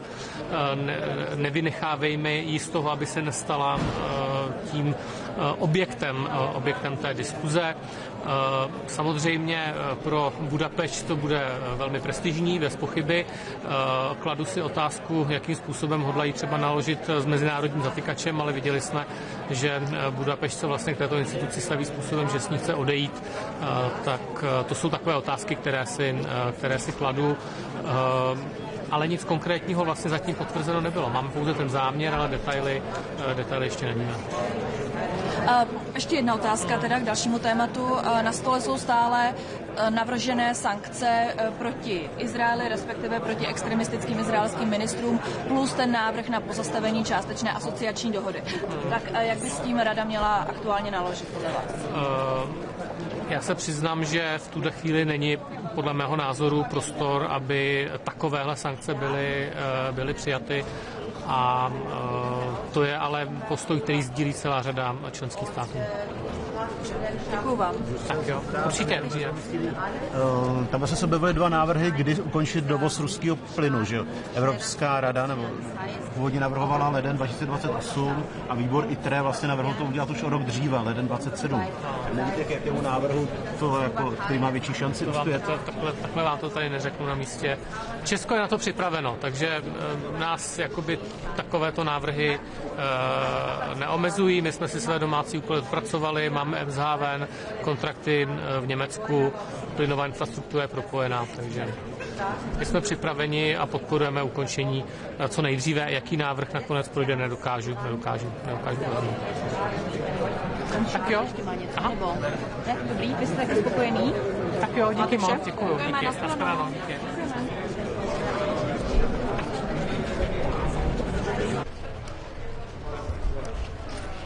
Good morning to everybody. Today is an important day, so we are to decide to stop energy imports for Russia. And I feel positive. The Danish presidency has done a really good job.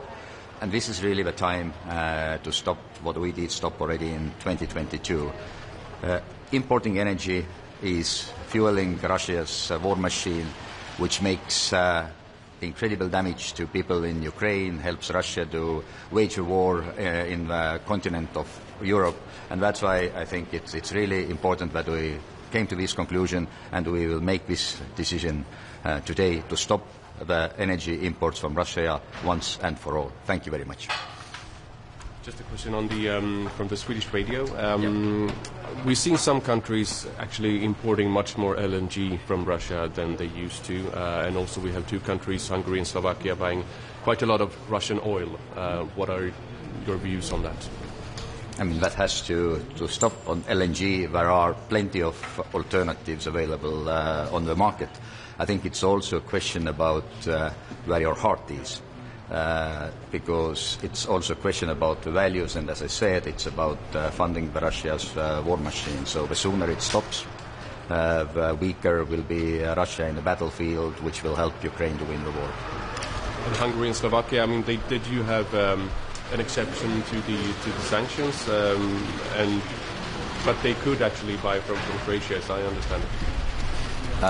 When it comes to the oil. Yeah, but it also goes for oil, so we need to stop oil as well. So that is a matter of principle. Thank you.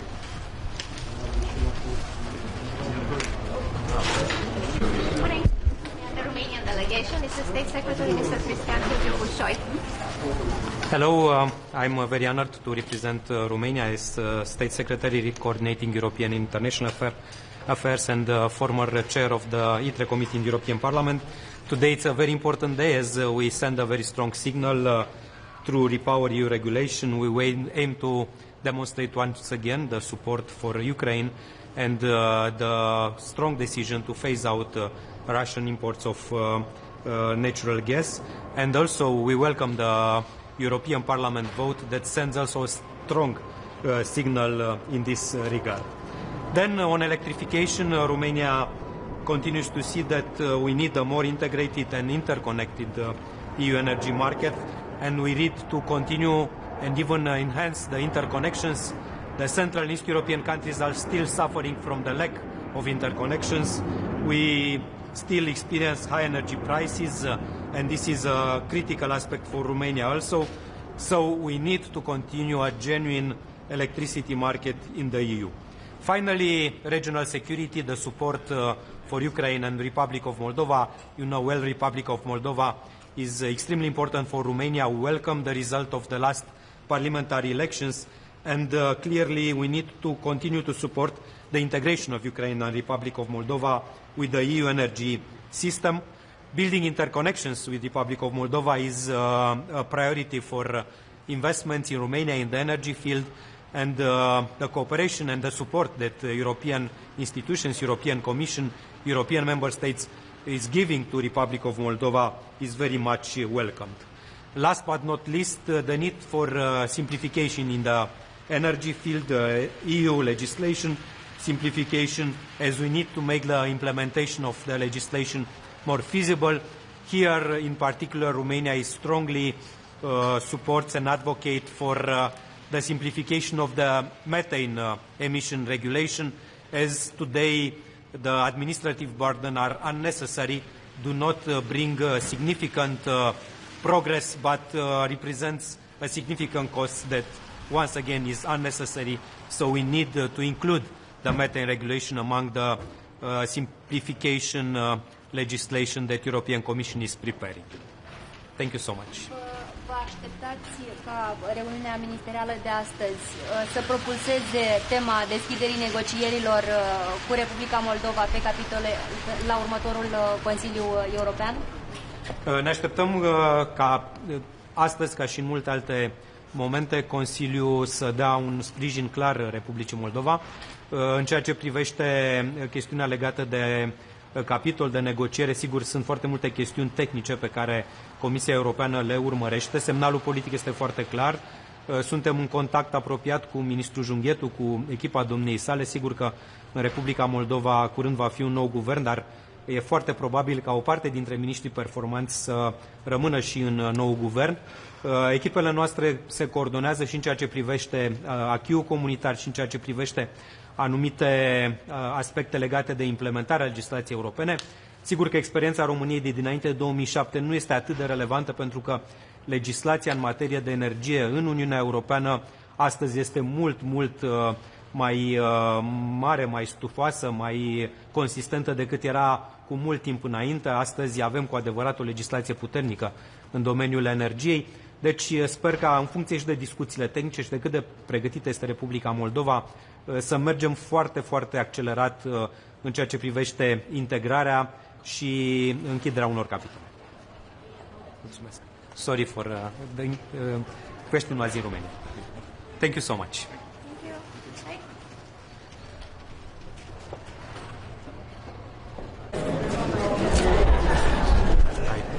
Good morning. I'll start off in Spanish and then I'll switch over to English.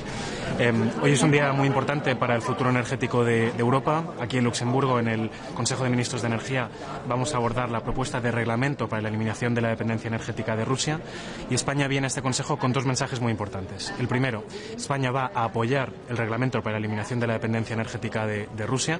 Entendemos que aborda lo que pedía España desde el principio: medidas a nivel europeo, medidas jurídicamente solventes y medidas que nos permiten evitar que la energía sea un arma de guerra. Y el segundo mensaje es que España está lista para abordar la situación energética que se abre ahora. El reglamento pide a los Estados miembros un plan de diversificación para sustituir ese gas natural por otras alternativas. España no solamente puede importar de cualquier fuente, España ya recibe gas de más de 15 países distintos, tenemos un suministro altamente diversificado, pero sobre todo España está lista para sustituir la dependencia de gas natural independientemente de su origen. Vamos a avanzar en energías renovables, en electrificación, en gases renovables, en eficiencia energética. En definitiva, hemos aprendido que la dependencia de gas natural de terceros países es peligrosa para la economía, es peligrosa para la seguridad europea y nacional, y España estamos listos, como digo, para acelerar esa descarbonización y esa reducción de la dependencia energética. Le quería preguntar también por el tema del cambio de hora. ¿España va a reavivar este debate y qué es lo que va a proponer especialmente? Efectivamente, España hemos solicitado que se incorpore un punto en el orden del día del Consejo de hoy para reabrir el debate sobre el cambio de hora. Nos acercamos ahora a finales de octubre, vuelve a tocar cambiar la hora del reloj. Eso nos afecta a todos, nos trastoca las agendas, nos trastoca los ciclos diarios, y lo que estamos viendo es que la evidencia de que eso genere ahorros energéticos es cada vez más tenue. El sistema energético está cambiando mucho. Entendemos que es importante reabrir el debate para encontrar una solución que funcione lo mejor posible, conscientes también de la diversidad europea, norte, sur, este, oeste, pero entendíamos que era importante reabrir el debate y abordar una cuestión que es que para la ciudadanía española y europea es importante. Para España, ¿cuál sería un poco la solución? ¿Que cada país pueda elegir? ¿Cuál sería un poco la propuesta? Es importante ir coordinados. De hecho, el cambio de hora no está a la libre elección de cada Estado miembro, está regulado a nivel europeo. Entendemos que necesitamos una respuesta europea. El Parlamento Europeo ya se posicionó, de hecho, en su momento a favor de dejar de cambiar el horario en verano y en invierno.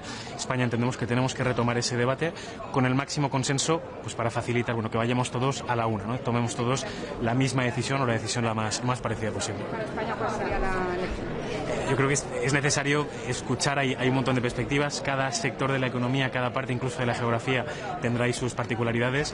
Lo importante es que veamos que a nivel europeo podemos abrir camino con esta reflexión.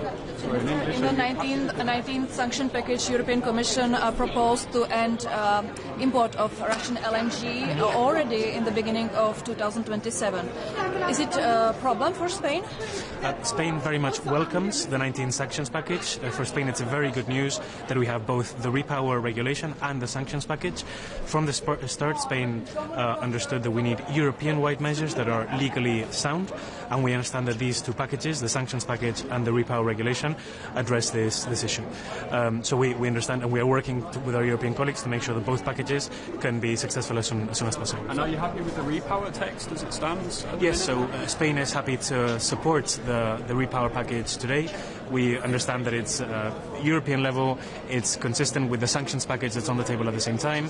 We understand that it's legally robust as it stands at the moment, so today Spain will be supporting indeed that repower package. And in negotiations with Parliament, would Spain be okay with accelerating the timeline which is currently the European Parliament? Well, indeed, for example, in the sanctions package, as you know, the LNG is being brought forward 1 year, and we understand with what we see from the LNG market that is viable, that would make sense. Spain's perspective is not only how do we address the lack of Russian gas and replace that with other gas. For Spain, it's very important to see how we eliminate dependence from gas wherever it may come from. We've learned that external dependence from any single country is not a good idea, so we understand there's plenty of room for advancing in renewables, electrification, renewable gases as well. So in the diversification plan that member states such as Spain have to put forward, we'll be making a lot of effort in those perspectives as well. So not just replacing Russian gas with gas from other origins, but replacing gas overall. ¿Nos puede decir un poco más sobre la reunión de los Friends of Renewables de esta mañana? Esta mañana España e Irlanda han copresidido una reunión de países afines, unos 14 Estados miembros, que entendemos que la transición energética tiene que basarse sobre todo en las energías renovables, o en gran parte en las energías renovables. Hemos compartido posiciones, hemos adelantado las posiciones o las ideas de cada Estado miembro con respecto al Grids Package, ese paquete de redes que la Comisión Europea va a presentar previsiblemente antes de final de año, y hemos compartido un poco las perspectivas con respecto a hoy. Hoy vamos a hablar, además del paquete de gas ruso, vamos a hablar también de electrificación, y ha habido un gran consenso en la sala sobre la importancia de la electrificación, las interconexiones europeas y de tener normas similares a nivel europeo en lo que tiene que ver con las redes eléctricas, porque es fundamental para esta transición energética. Great. Thank you very much. Muchas gracias.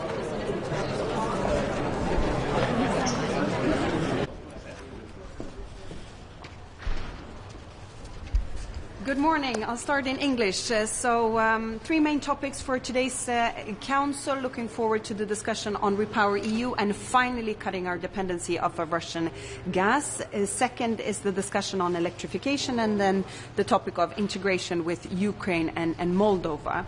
And just to start off with Repower EU, my comment is basically on behalf of Sweden. It's about time.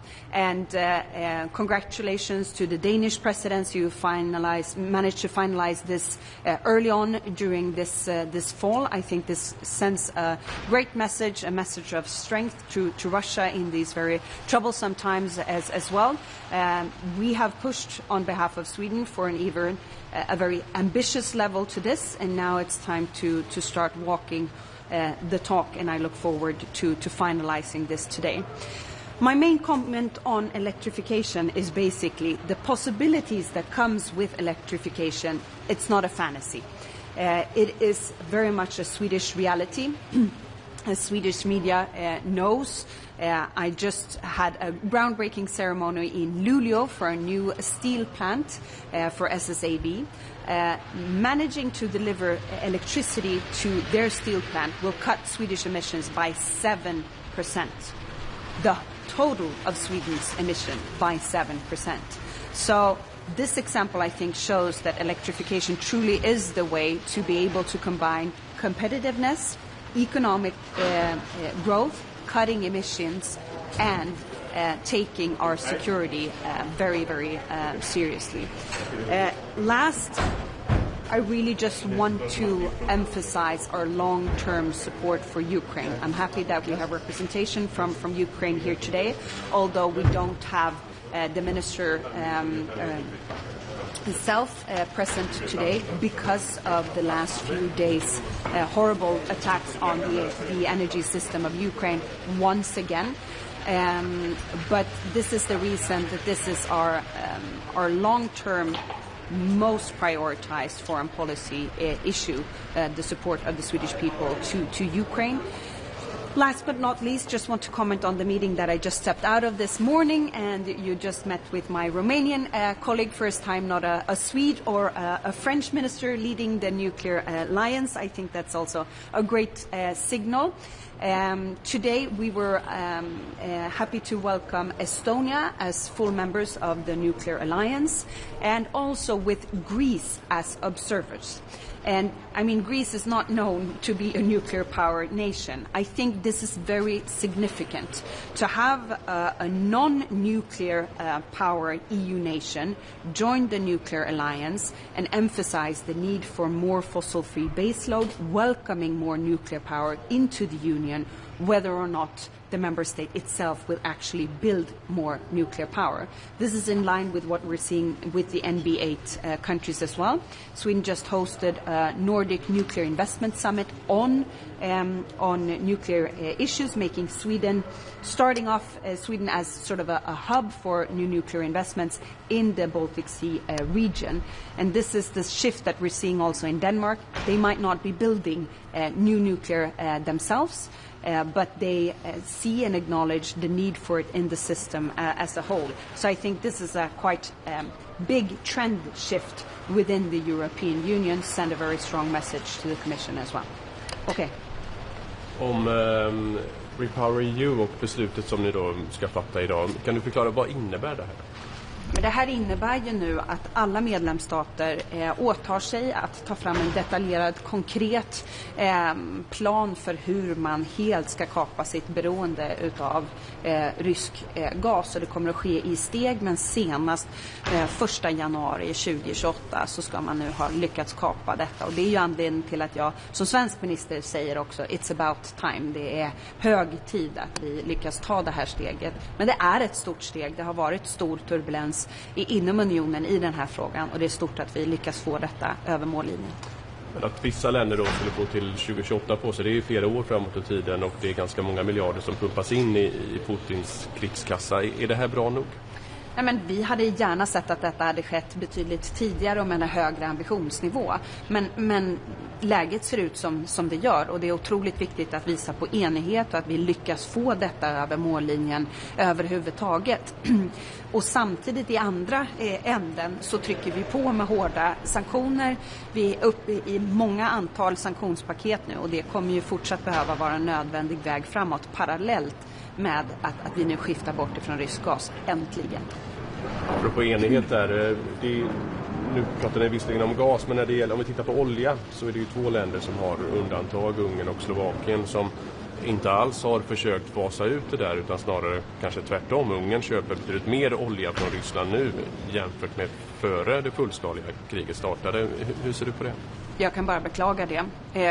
Och samtidigt så erkänner vi att de har en helt annan geografisk situation än vad många andra EU-medlemsländer har. Men jag hoppas att i diskussioner som kanske rör andra energifrågor kan handla om till exempel tillgången till kärnbränsle som Ungern behöver för sina kärnkraftverk. Att man kanske skulle kunna hitta en konstruktivare väg framåt om det går att hjälpa dem i att stärka andra delar av deras energisystem. Att de då också skulle kunna ta ytterligare steg här. Men det är klart att vi har ju fördömt och delar ju inte deras syn på deras vägval.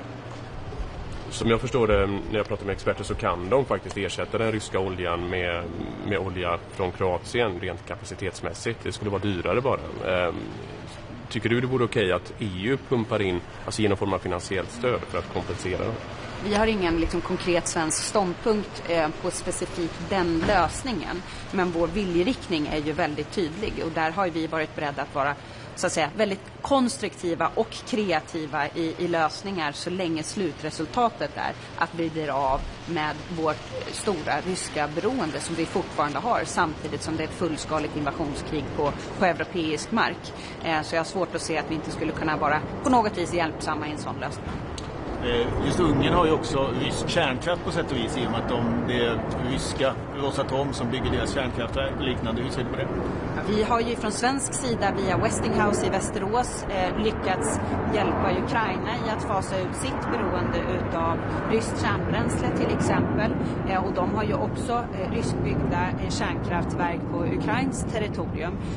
Så det är ju klart att vi skulle ju gärna vilja se den typen utav lösning, och att vi bistår från Sveriges sida till fler EU-länder på samma sätt. Och det här har jag ju med ganska tydlig skärpa också markerat till mina EU-vänner.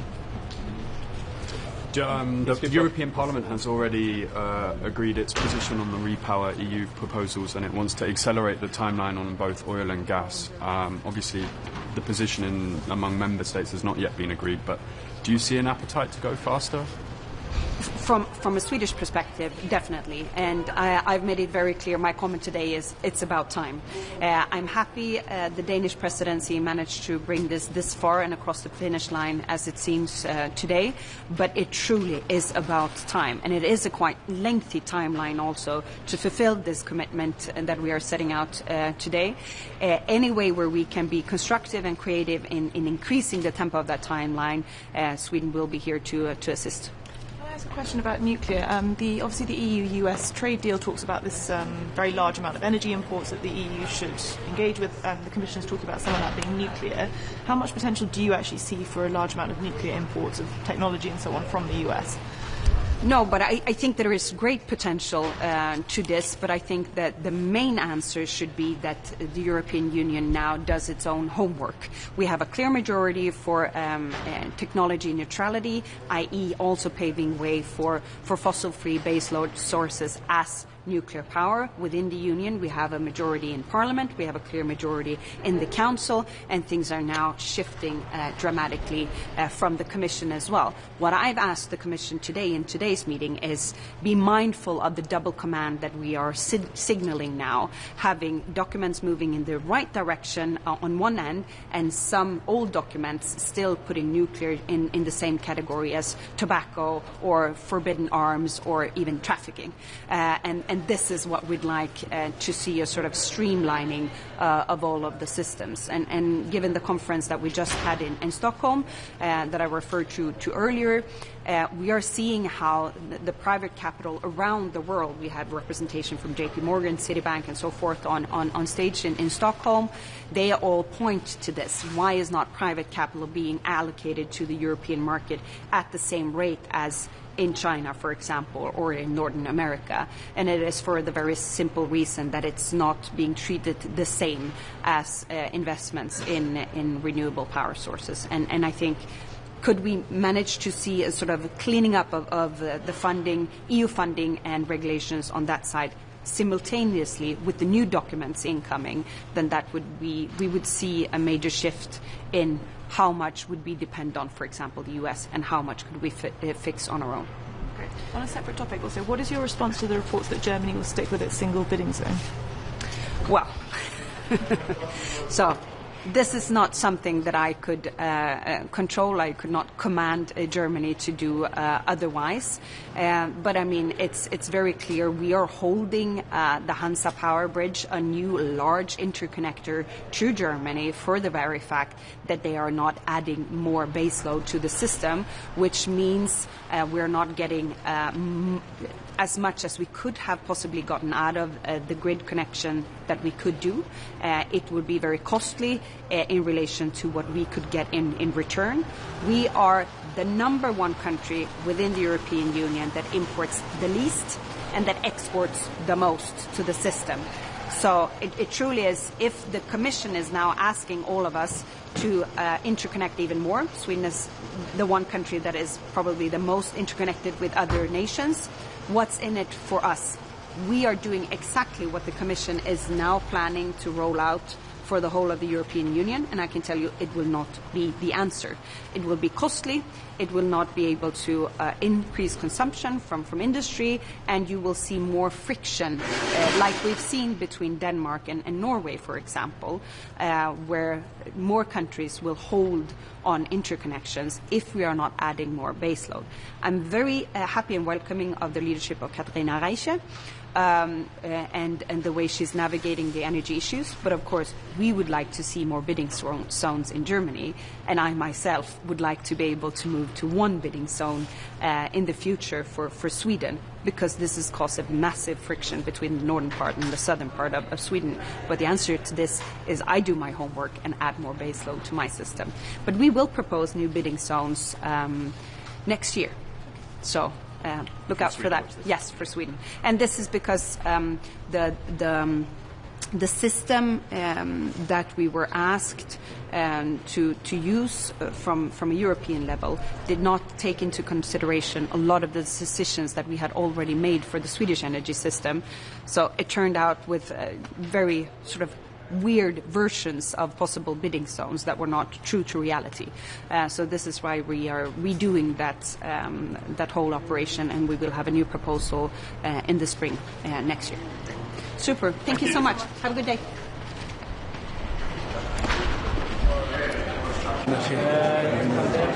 Zdravím, přeji vám hezké dopoledne. Tak hezké dopoledne. My jsme dneska začali jednáním Jaderné aliance, jejíž je Česká republika aktivním členem. A ten dnešní meeting, který trval hodinu, tak byl tedy nejenom o otázce taxonomie, ale já jsem vlastně v tom meetingu zmiňoval, že Česká republika, jakožto věřím a cítím to i z debaty těch ostatních států, pro které je jaderná energetika atraktivní, je, že my v Evropě potřebujeme opravdu reálně stavět nové jaderné zdroje. Potřebujeme nové zdroje energie, tedy ten náš tlak České republiky, tak jako i v jiných tématech, je být opravdu více konkrétní, méně různých nařízení, politických překážek, ale prostě hledat na té evropské úrovni takové kroky, aby se prostě reálně v Evropě stavělo. Problémem Evropy podle mého názoru je, že prostě bohužel ty vnitřní bariéry jsou často opravdu velmi velké a spíše potřebujeme stavět konkrétní projekty. Jednali jsme také o takových věcech, jako je, že by byla nutná hledat shodu na úrovni Evropy na evropském producentovi jaderného paliva, protože pořád řada jaderných elektráren je závislá vlastně na základních energetických zdrojích vlastně z Ruska, a to vlastně i na samotném uranu, který je pak potom přepracováván tedy do těch konečných, řekněme, paliv palivových produktů tyčí, když to jako zjednoduším. My bychom potřebovali spíše od toho Ruska se odstřihnout tedy vlastně kompletně.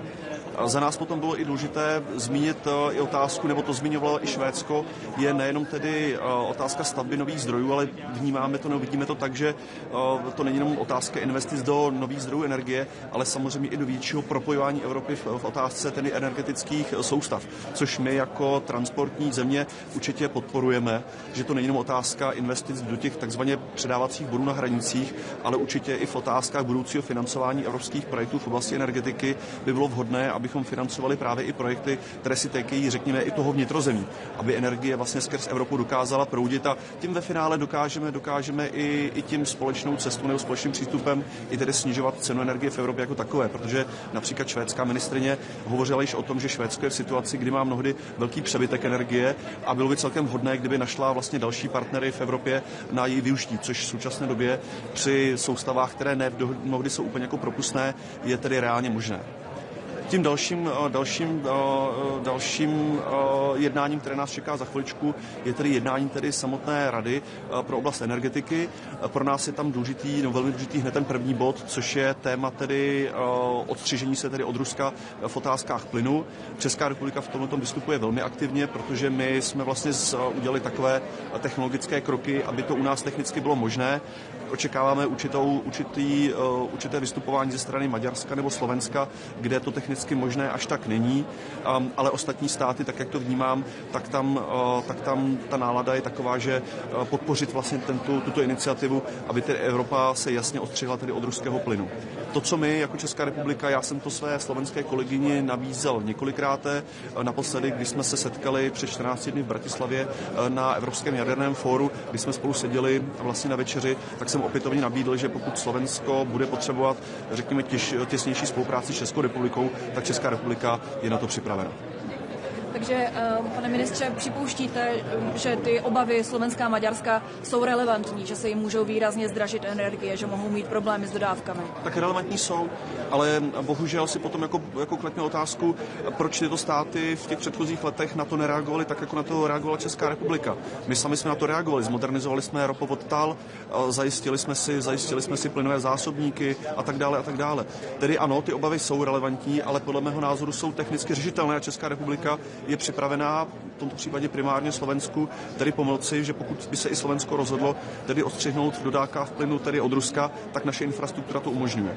Zároveň je na stole 19. balík sankcí, který počítá s dřívějším ještě ukončením dodávek ruského LNG už od začátku roku 2027. Tak to vnímáte jak tento návrh? Já ho podporuji, protože Rusko vede válku proti nám samotným a abychom my prodlužovali financování ruské války proti Evropě, tak mě to nedává smysl, proto my musíme dělat takové kroky, abychom skrze energetické suroviny dále nefinancovali válku proti nám samotným, takže já ho podporuji. Takže má šanci projít ten návrh výboru ITRE, aby vlastně se zkrátila i ten termín pro dovoz potrubního plynu na leden 27? Nedokážu na to, uvidím, jak ta debata bude probíhat, ale já osobně bych to uvítal. Jak je na tom aktuálně Česká republika, pane ministře, kdybyste nám mohl připomenout, odkud my čerpáme plyn a jestli ještě máme nějaké dodávky z Ruska? Tak Česká republika jako taková neodebírá plyn z Ruska, i když můžeme očekávat nebo můžeme spekulovat, že nějakým způsobem některými kanály přes různé překupníky se ten plyn do Evropy, ruský plyn stále nějakým způsobem dostává, ale pokud mohu hovořit za Českou republiku jako takovou, tak my ruský plyn neodebíráme. Děkujeme. Děkujeme, taky děkujeme. Tak jo, hezký den. Hezký den.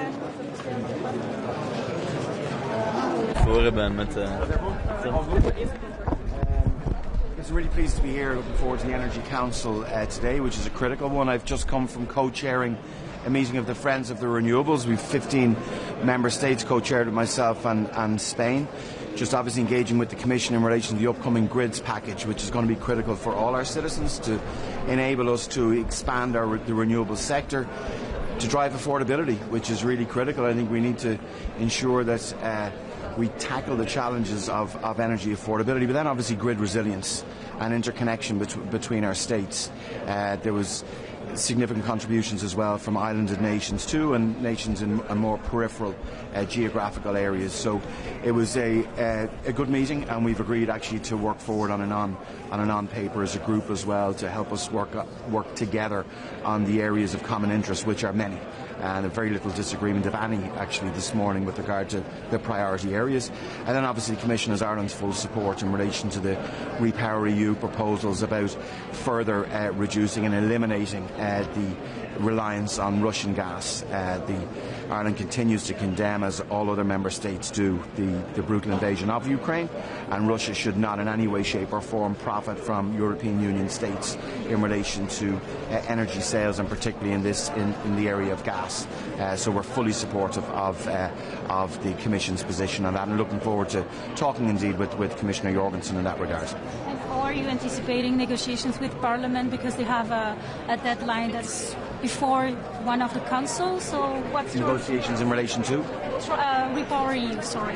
Yeah, no, I think, look, there's been engagement with Parliament. I think, in fairness, today is an important step that we get the support of the Energy Council, and I'd expect that support to be granted by the vast bulk, if not all. I know there's a couple of member states may have differing opinions, but I think it's really clear that energy ministers across the European Union speak with one voice in this regard and support the Commission and their proposals. The Parliament obviously respect their own role that they have within this too. Thanks.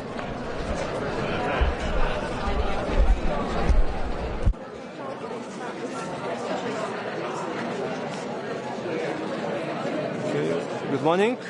So from the Lithuanian point of view, first of all, we would like to condemn the brutal attacks of Russia towards Ukraine energy infrastructure, towards the critical energy infrastructure ahead of winter. This is really the terroristic attacks. And at the same time, we condemn the members who are still buying Russian gas. So today is a really important day for the EU because we are ahead of adopting the general approach on the Repower EU. And the Repower EU is really critically important for all the Europe because it will permanently phase out the import of Russian gas. And that's, after that we will be, of course, independent from the Russian fossil fuels, and we will prevent the financing of the Russian war machine. And that, of course, it will be no possibilities for Russia in the future to make the sabotage against the EU countries. The second point is really important that we have agreed on the text, and there are no way for the weakening of that, and we are looking forward, of course, to strengthen this in the future together with the European Parliament. Last but not the least, I would like to stress to the very important element. This is about the support to Ukraine in this critical time.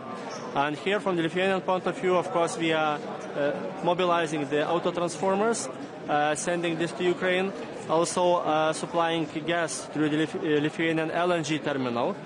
We had the first cargoes already, and the third cargo it will be in November. So looking also for further possibilities how to supply Ukraine with the gas through Lithuania. Thank you.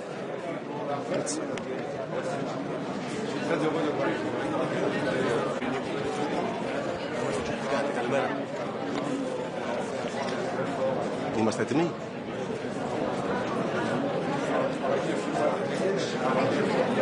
Σήμερα το κυρίαρχο σημείο σύγκλησης της Ευρωπαϊκής Ένωσης και της Αμερικής στον τομέα της ενέργειας είναι η απεξάρτηση από το ρωσικό φυσικό αέριο.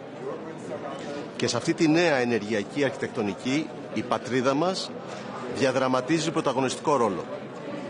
Με στρατηγικές υποδομές, ρεβιθούσα, FSRU, IGB και ενεργή ανάμειξη στον κάθετο διάδρομο. Στηρίζουμε τον κανονισμό Repower EU καθώς οδηγεί την Ευρώπη σε ενεργειακή ανεξαρτησία. Απαραίτητη η αυστηρή τήρησή του από όλους. Γι' αυτό χαιρετίζουμε τη ρητή πρόβλεψη στον αγωγό Turk Stream που μας προστατεύει από την καταστρατήγηση του κανονισμού. Η Ευρώπη οφείλει να επενδύσει άμεσα σε ενεργειακές διασυνοριακές διασυνδέσεις, καθώς η ενεργειακή ασφάλεια οφείλει να μεταφράζεται σε χαμηλότερες τιμές για τα νοικοκυριά και τις επιχειρήσεις. Σας ευχαριστώ πολύ. Να είστε καλά.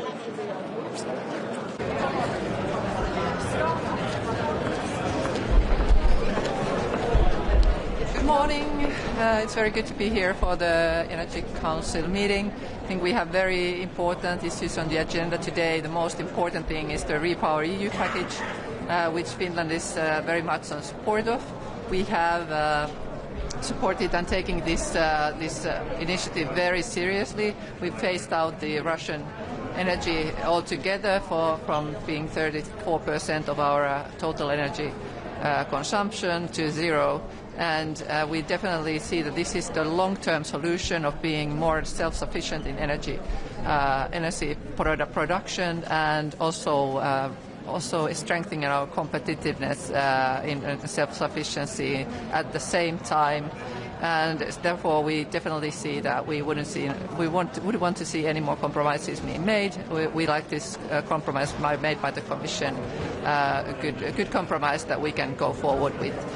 Remind everyone that this is the permanent solution to making Europe more self-sufficient, and it goes together with it complements the sanction packages that are negotiated within the foreign ministers' table. Thank you.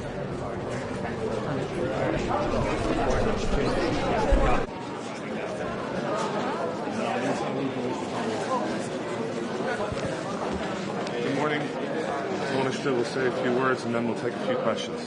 Hello there, delighted to be here at today's Foreign Affairs Council. I think it's a very important opportunity to take stock on the situation in Ukraine, and most particularly the need to prepare to implement and deliver a 19th package of sanctions. I think it should be possible to get that done this week between the meeting today and the European Council later in the week. It's clear that Putin only understands one language, and that is that we negotiate from a position of strength. And it's really important in standing in solidarity with Ukraine that we take every measure possible in terms of increasing the pressure on Putin to come to the negotiating table and to bring about a just, lasting and enduring peace. So I look forward to having the discussion with colleagues here today, and I believe a 19th package of sanctions should be agreed this week. I think it's very important that it is. In relation to the Middle East, it's important that the ceasefire holds. It's extraordinarily important that everybody that's a party to that ceasefire exercises maximum restraint.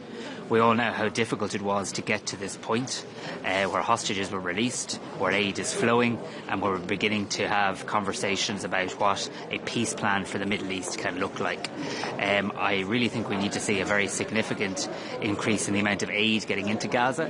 We need to see the Rafah crossing opening as an absolute priority, and Ireland stands ready to do more to assist when it comes to humanitarian aid. I think it'll be important today to have a discussion about what Europe can do in terms of being a constructive voice for peace, and it's really essential now that we get on to the next phase of the peace plan. Yes, it's really good to see a ceasefire. Yes, it's vital that it's maintained, but it's also vital now that we look at all the other points in that peace plan, including how you bring about a future for Gaza, a future for Palestine, and indeed ultimately can have two states living side by side in peace and security. Minister, you have elections in your country this week. Given the dynamics at European Council and the kind of fracturing unity around some key questions of foreign policy, how important are those elections and what's at stake? Well, I think it's really important when the people of Ireland go to the polling stations on Friday that we very much reaffirm our European values. Ireland is a country that is proudly at the heart of the European Union. Ireland is a country that will have the presidency of the Council of the European Union next year. And it's very hard to see how any candidate can say that they're pro-European or in favour of Europe and yet vote against every single European treaty. That's not the definition of pro-European. So I'm hoping this week when people go out and vote for the President of Ireland that they will vote to reflect our values. It is a narrow ballot. It is a small ballot. It's a more narrow ballot than many people expected.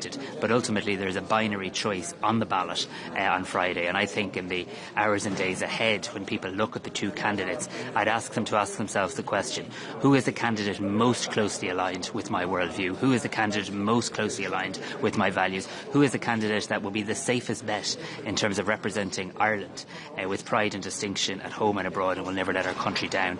And indeed, who is the candidate that is pro-Europe? Because at a time where European unity is so important, I want want Ireland to very clearly vote in that direction. So the EU is thinking about using the frozen assets, Russian frozen assets, for helping Ukraine. What is needed and to get there? And do you think there will be a decision on this week? I hope there's a decision on this week. I hope there could be a decision on this at the European Council, and I think the conversations we could have today could hopefully pave the way for that. I think there's a need to consider quite a number of issues, including how it doesn't appear on the national debt of any member states. I know that is an issue of concern. But the aggressor should always pay, and it's important that Ukraine can have use of the resource that it needs in the here and now.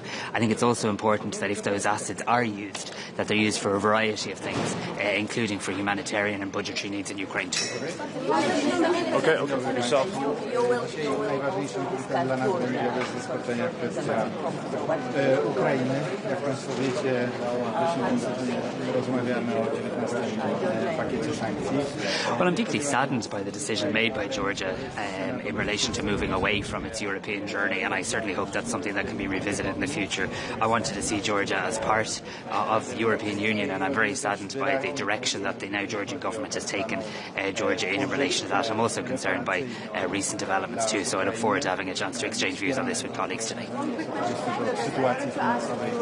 What is your position that Putin will come to territory on Friday? Dwie najważniejsze sprawy związane z Ukrainą. Poza tym będziemy rozmawiać także o sytuacji dotyczącej relacji. Yeah, I think a couple of things. I think we're hearing conflicting positions from the United States in the last few days in relation to Ukraine. I read reports of the meeting on Friday. We'll hear directly from our Ukrainian counterpart, who will be here at our meeting today. But certainly a meeting taking place on European Union soil is somewhat provocative.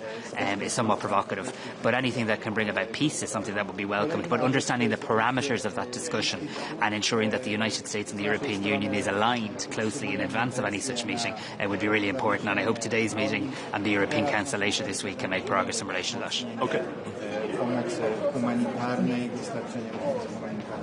I think it's very important that the European Union keeps all of its options on the table. Of course, in the here and now, peace, maintaining the ceasefire, getting the aid in is absolute priority. But we also know the fragility of this ceasefire. We know the horrific humanitarian catastrophe that the people of Gaza have experienced, the famine conditions that they've lived through. So I think we should be keeping all of our options on the table whilst wanting to play a constructive role in relation to peace. Thank you very much. Thank you very much.